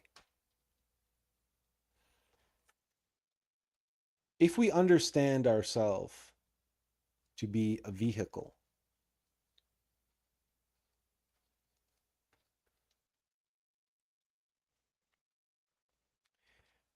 and in a very real sense,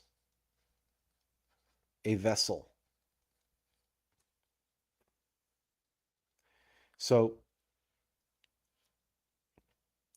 what that means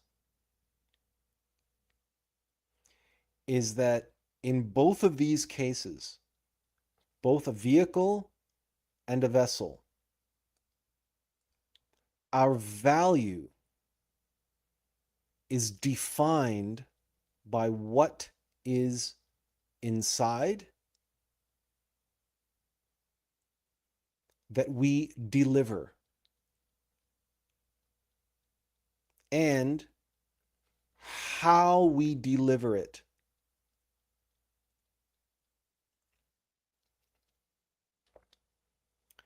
And because we're talking about spirit here, which is formless, and it wants to get into the world of form, and it needs a vehicle and a vessel to do so.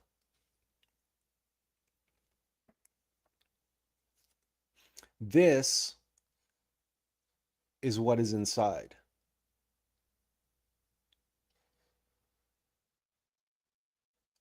This is what should fill our vessel.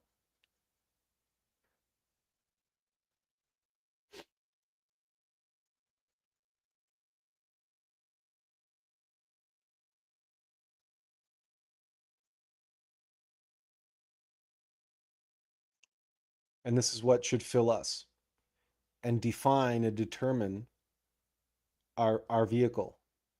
And so our vehicle, what drives us, in other words, it drives us, right? Motivates us, steers us, and fills us, coming down to the vessel part. But when we talk about spirit, what drives us, motivates us, steers us, in other words, guides us, directs us,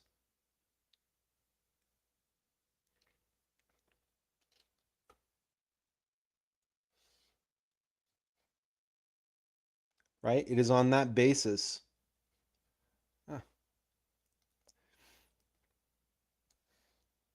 It is on that basis we bring value into the world of form.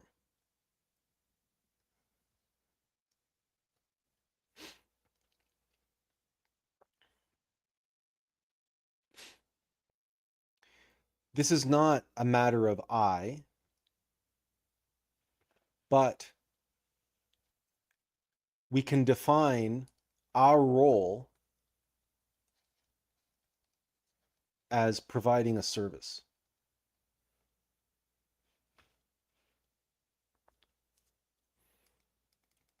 So, in other words, our value comes from how we serve.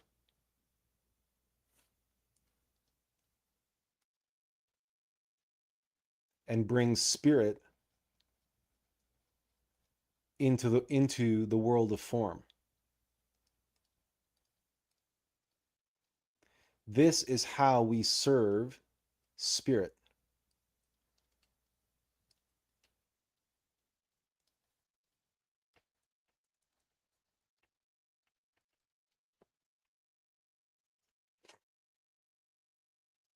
How we serve our Lord and Master, our innermost Lord and Master.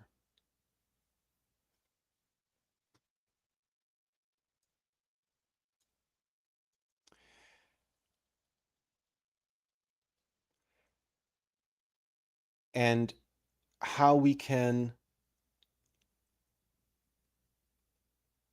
then focus on, well, I want to be the best servant I can be. I want to be the best vessel I can be. I want to make sure my temple is clean. I want to be sane. Why? So that that which is within me can flow through me and inform me and guide me and drive me and motivate me and steer me and fill me with its goodness so that I can serve that goodness in its purest form, untainted. And so I need to look after my machine, my vehicle. I need to keep my vehicle in tip-top shape, mentally, emotionally, physically, psychologically. I need to empty my cup, as the Buddha said. If I empty my vessel, if I keep my vessel empty, then that means I'm able to be filled. I am ready and able to serve because my vessel is clean, and it's empty. It's not filled with debris. It's not filled with hubris.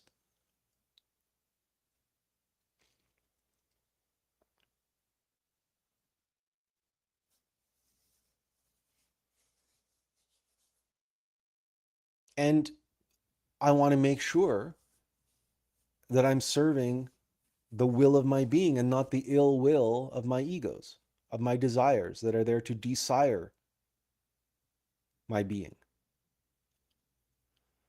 They may desire goodness, they may desire powers, they may desire peace, they may desire all the goodness that flows from the being,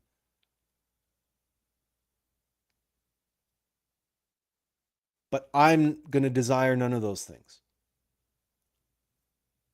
I long only to be what I am, which is a human machine, a mortal vessel and servant. I wish only to be that mortal vessel and servant, that font, that fountainhead, that humble lamb.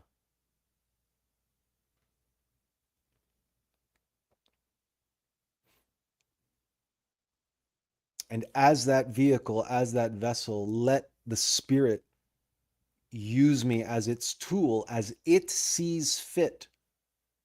If I am deemed worthy of it,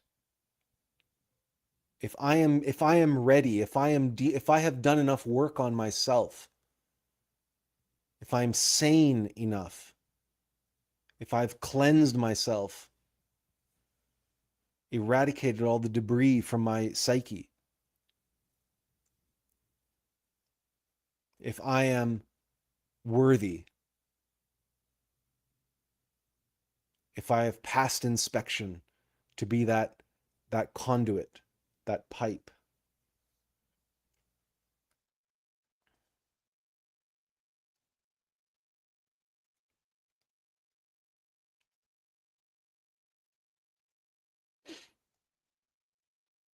Which, as I said, is probably the crudest, simplest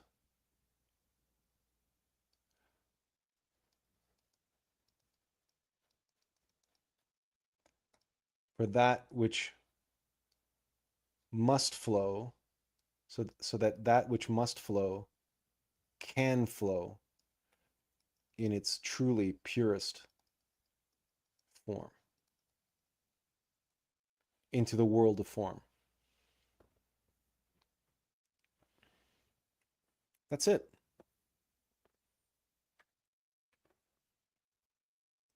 If you must hold on to a desire, if you must identify and attach to a desire and a sense of self as a mortal,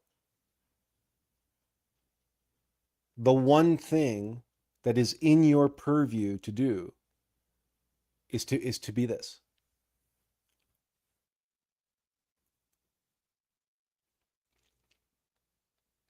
But don't make an identity out of it. Don't become attached to it necessarily. But this is far healthier and far more conducive to becoming spiritual than it is to say, I want to be spiritual, or I want to be good, or I want to do this, or I want peace, and I want, this, and I'm going to be that, and and attributing to yourself the aspects of spirit which you are just here as a conduit to have flow through you. But these things don't come from you, and you certainly don't own them. You don't control them, you don't own them. They are not yours to say, I am this and I am that. Or I want this and I want that. This is the difference between being truly spiritual and simply wanting to be spiritual.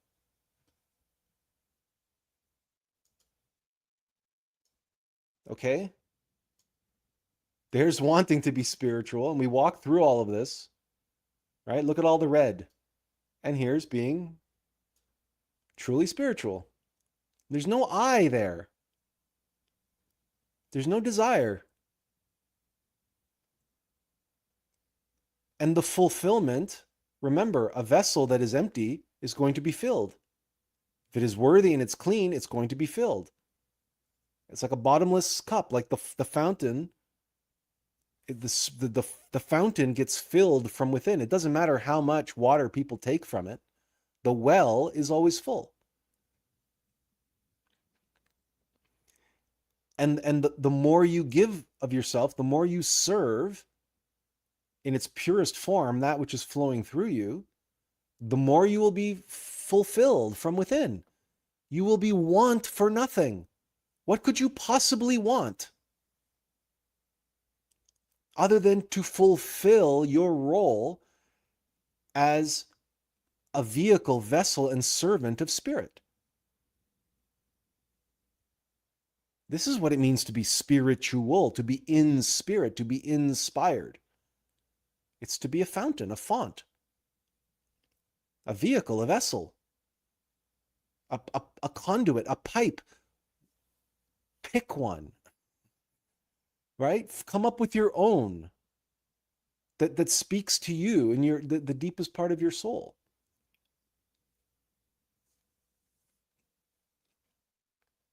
This is what it means to be, simply to be.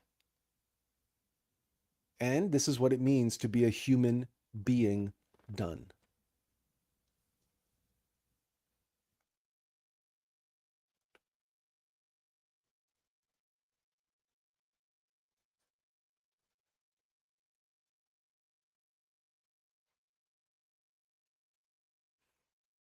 A human fulfilled. A life fulfilled, your purpose fulfilled.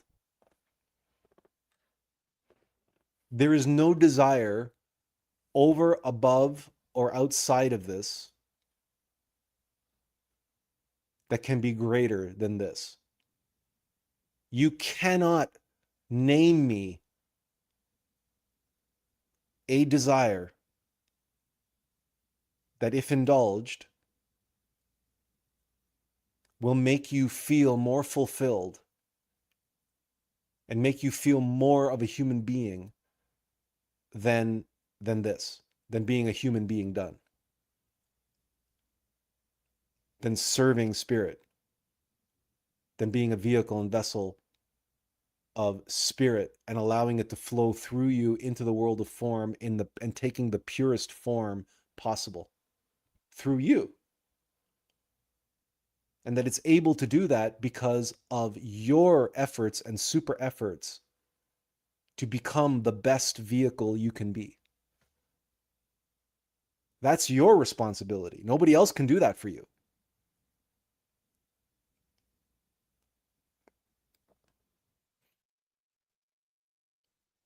But you see, there's no desire here. There's no desire here. There's no I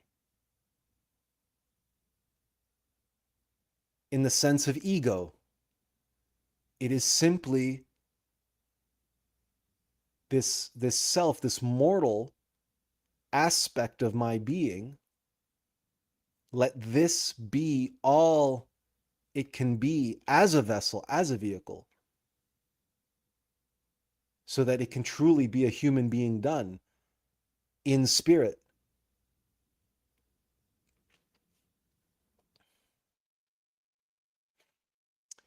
Benjamin says, I've noticed that when we keep telling ourselves, I want to be spiritual, I want to be this or that, it can almost feel as though we're putting ourselves under a spell. The word I, once we strongly identify with it, becomes the catalyst that pushes us to go out and constantly do, pursue, and become something. Well, yeah. That's the spell that the I puts you under is precisely, let me shift over. Okay. This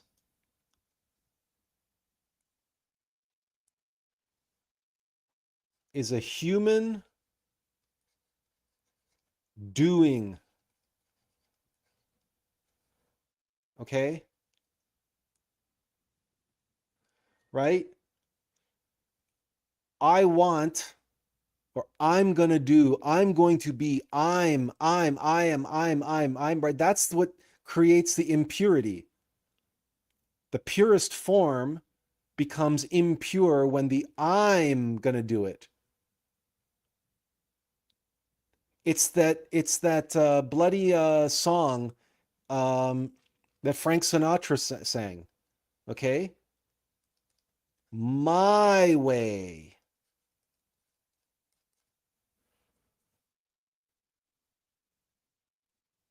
You're right, Benjamin. Okay, that's the spell. That's the hypnosis that the I want to be this or I want to be that. I'm going to do this. I'm going to do that. I'm going to become that. That's going to be me. You wait and see. I'll show you. I'm going to do it. I'm going to pull myself up from my bootstraps and I'm going to grind. And we talked about this. We talked about this 2 weeks ago. We talked about it last week. The grind culture. I'm going to make it happen. And then when I've made the big time, I'm going to write a song and I'm going to sing about it. How I did it my way and all the things that I overcame and all the obstacles that I um, broke down, the walls that I broke down, the doors that I broke in and busted down. And I did it. Me. I have to do it. If I don't do it, nobody will.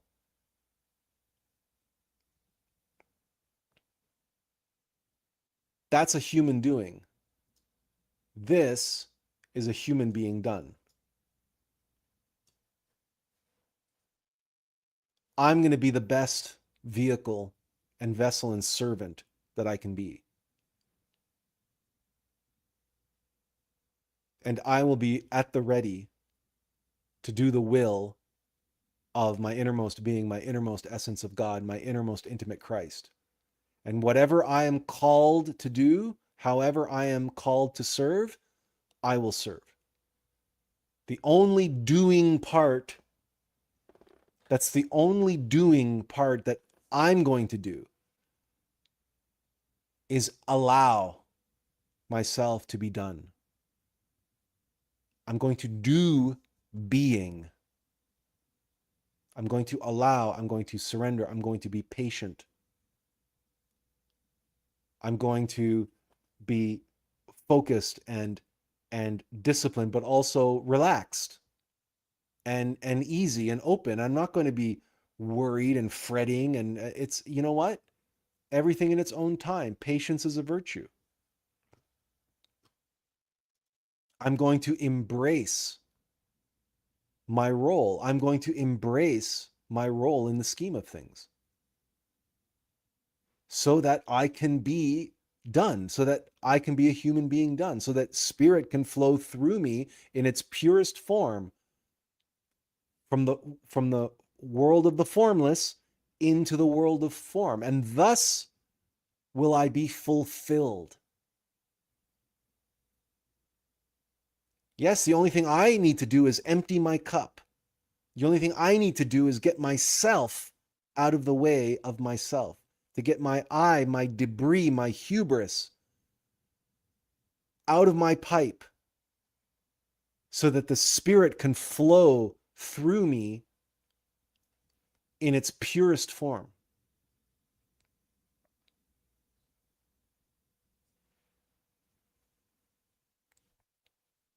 This is the self-care that comes from that expression. God helps those who help themselves. Work on yourself. Help yourself become the best vehicle, the best vessel, the best servant you can be. And God will help you by furnishing you with all you need and all you could ever possibly hope to share with others in the world. If you clean that pipe, if you keep your machine, your human machine, and your three brains your mind, your heart, and your body in tip-top shape, a finely tuned machine, ready and waiting, like a fire engine in a fire hall, waiting for the 5 alarm fire and the call on the radio and the alarm to go off. But there you are, the big red fire truck filled to the brim with water. And you're there and you're at the ready to what? To serve those in need. If you do that and you put yourself at the ready, then you will be called upon. And you will be fulfilled in a way that no desire can ever begin to make you feel. And that's a fact. That's an objective fact. Because any desire that you have, once you indulge it, you're just feeding that same ego, that same desire, and that hunger, that craving is going to come back tenfold. Which is why statements like these that inspired today's, that serendipitously showed up, statements like these, I crave a soft, peaceful life. This person doesn't realize there is no soft, peaceful life that can ever satisfy a craving. Because as soon as you get to whatever level of soft peacefulness you crave, guess what? Your craving will have jumped to here. And then you got to have an even softer, even more peaceful life to catch up to it. And when you do that, guess what? The craving jumps to here. And it's this constant, it's the downward spiral of the alm of life. It's what happens whenever we indulge a craving. It's never enough. It's never enough. Whereas if we abandon all craving, if we surrender craving altogether, and instead we replace craving with allowing, and we replace craving with serving,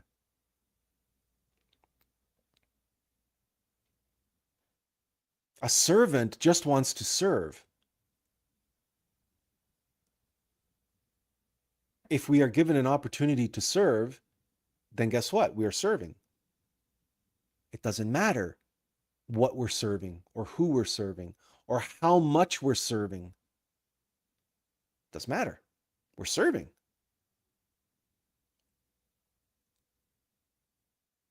You see, that's the difference between longing for being versus the desire for something.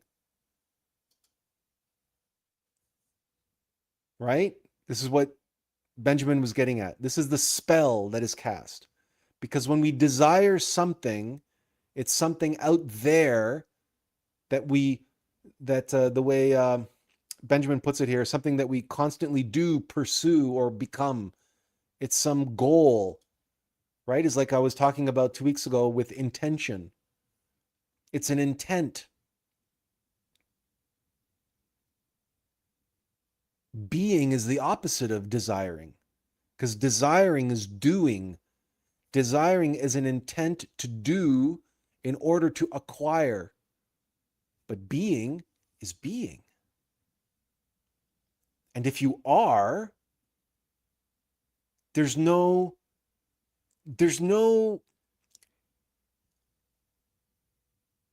spectrum, there's no metric, there's no amount of being, right? Even Shakespeare said, to be or not to be, that's the question. Yes, we can talk about levels of being, but that's a different conversation, and that's an entirely different level of longing and goal setting from the being's perspective, from our higher self's perspective. That's not for mortals, right? Mortals have no level of being, right? We can't aspire to higher levels of being. Only our being can aspire to levels of being. But guess what? All we need to do, all we need to aspire to is to be. That's it. But as we do that, that's what opens the door for spirit to then pursue higher levels of being, deeper levels of being. Then guess what? That can result in greater service, more profound gifts, more incredible expressions in their purest form that can be gotten in the world through us. But that's not up to us. Our part, our role is simply to be that conduit, is simply to be the vessel and the vehicle. And for the mortal to be is enough. It's fulfilling enough. Then you have nothing to strive for anymore. You have nothing to chase. Why? You're being. And then your whole consciousness and your whole point of being and the the way in which you position reality and your relationship with it shifts. And you no longer concern yourself with desires. They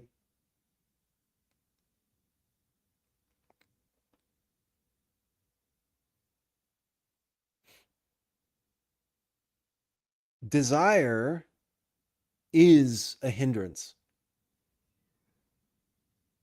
It is as hopefully I've we've walked through it, we've talked through it, we've drawn it all out, and it's quite the picture actually when you zoom out and you see it in its fullness, right? Going from from everything that we've gone through. Speaking of which, uh, I was unceremoniously informed by Microsoft that the whiteboard software is going away.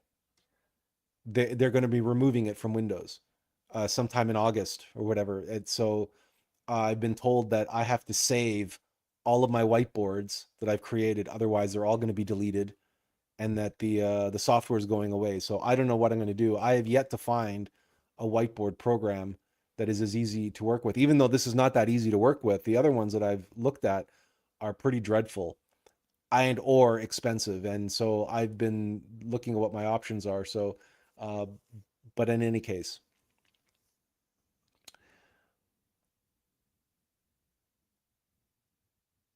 I put my faith and trust in God that the right whiteboard software will show up when I need it, and that we'll be able to continue with our visual and also our linguistic analysis, because words have power, words have meaning. In the beginning was the Word, and the Word was with God, and the Word was God.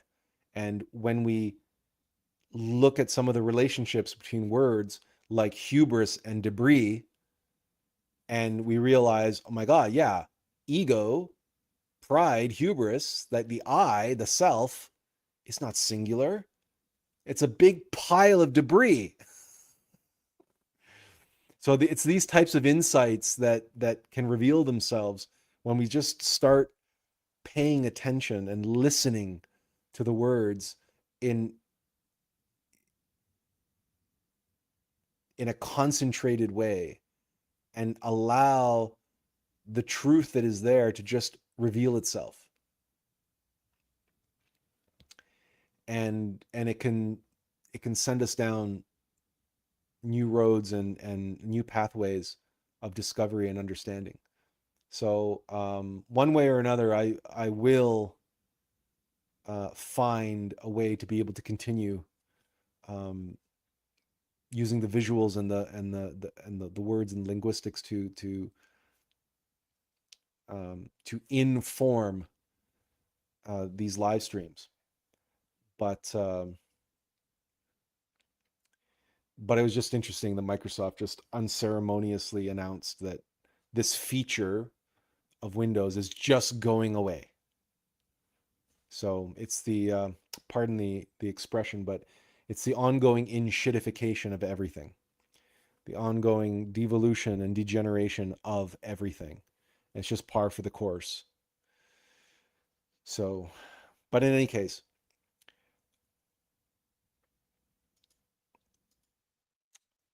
does anyone have any questions or comments to wrap up today? Because I'm fairly certain we've covered this one.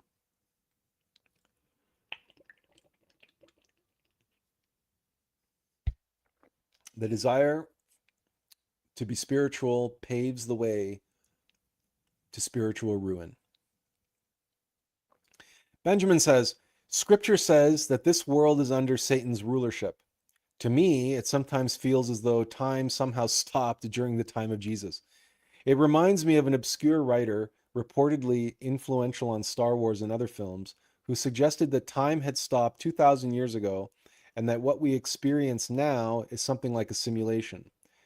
Whether taken literally or symbolically, it's a fascinating thought. Okay, Benjamin, what happened 2,000 years ago was the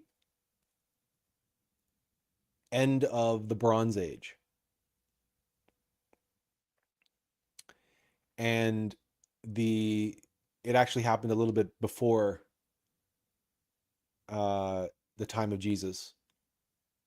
But when people talk about the collapse, the Bronze Age collapse, that's what they're referring to. And it was the birth of the Iron Age. Now, Jesus came at the dawn of the age of Pisces. That's why his symbol is a fish. And he used so much of that kind of symbolism in his teaching as well. I came to be fishers of men and so on. And why he had among his disciples, in particular Peter and his brother, who were fishermen. And then there's that whole scene from the Bible when Peter tries, that Jesus walks on the water, et cetera, et cetera. So that's really, if it seems as though time stood still or time stopped and we've been living in some kind of simulation, is because the Iron Age is ruled by the Black Lodge. This is where you get that expression that the world is under Satan's rulership. That is true only in the Iron Age of a humanity, which is basically the old age of a humanity. Every humanity goes through 4 ages. It's Golden Age, Silver Age, Bronze Age, and Iron Age. And the Iron Age is the age in which industrialization, intellectualism, literalism, um, yeah, did I say industrialization? And technology and engineering, but materialism. Materialism is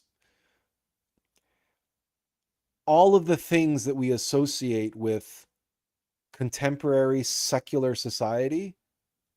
All of those begin to take root uh, as the Bronze Age collapses and the Iron Age begins. And the Iron Age is ruled by the Black Lodge, which is mechanical nature, which is that mechanicity and materialism that is so rampant and has been so rampant for the past 2,000 years.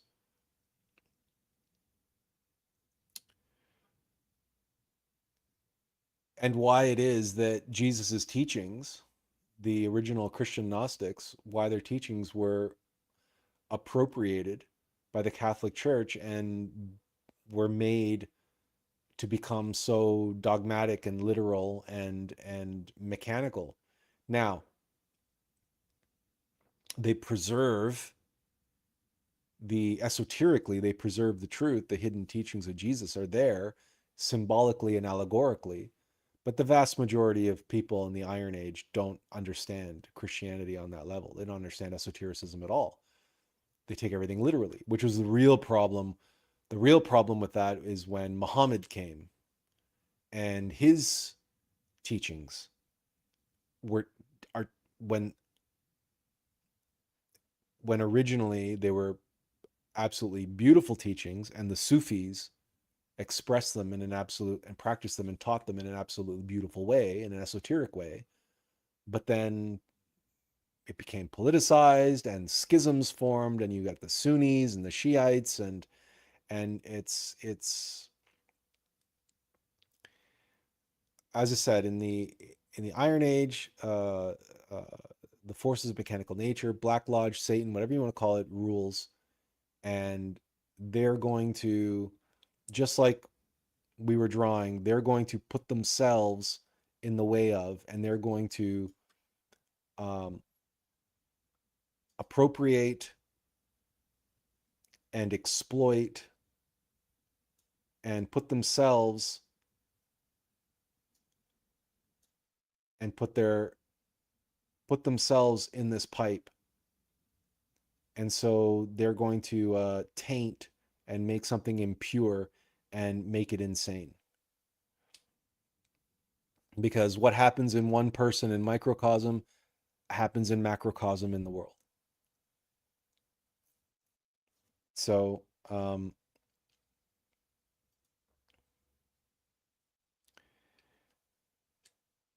now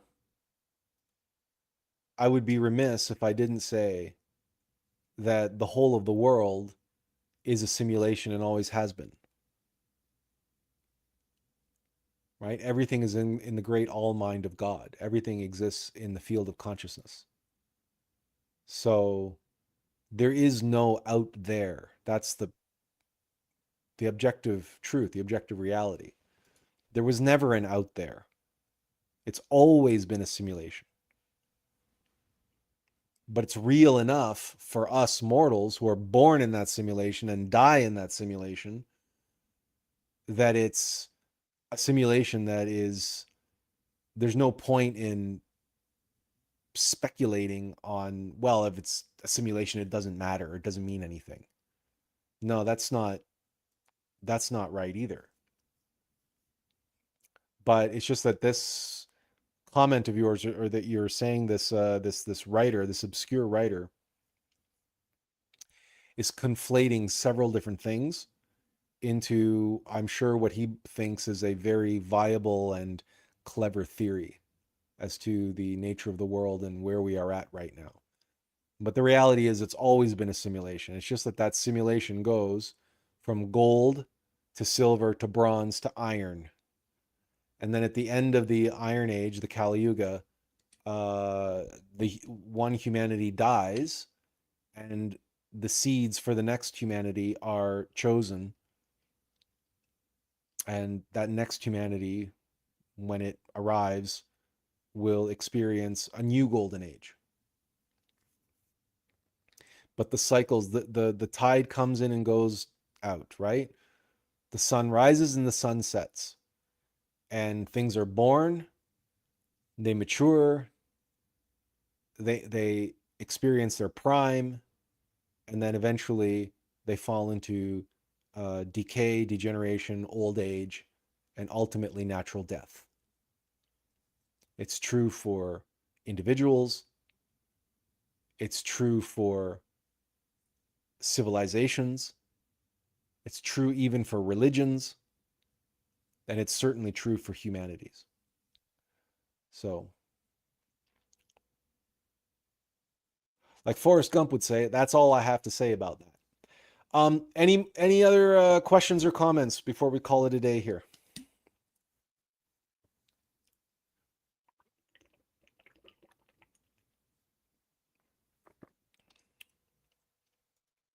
Benjamin says, thank you for the explanation and for today's live stream. It was truly insightful and beneficial, and I've always valued the lessons I learned from it. Well, thank you, Benjamin, for being here and for the kind words. By the way, someone pointed out that yesterday was 08, 08, and 08 actually. Well, I mean 26, 2 plus 6 is 8. So 0808, which is supposedly the Lion's Portal or the Lion's Gate. Yes, that's it, the Lion's Gate. So at 8 o'clock last night, if you experience something or you're supposed to do some kind of ritual or something, I don't know. It's important to certain people on their spiritual path. The Lion's Gate, August the 8th of August at 8 p.m. So 080808. And because this year is 2026, there's another 8 there, except that it's 2026, so it's not really 8, it's 10. But in any case, hopefully you had a fruitful Lion's Gate yesterday. So it's a little bit late. I should have said something maybe yesterday in the post or who knows what, or ahead of time. I should have made a post about it. But because I don't particularly put too much emphasis on such uh, astrological, that's technically an astrological thing. Yeah, that's an astrological thing. So I don't put too much weight on that. So um, I do want to thank all of you for being here today. And I hope you have a great week ahead. I look forward to seeing you next week. And as always, take care of yourselves and those you love, and in peace. Take care, everyone.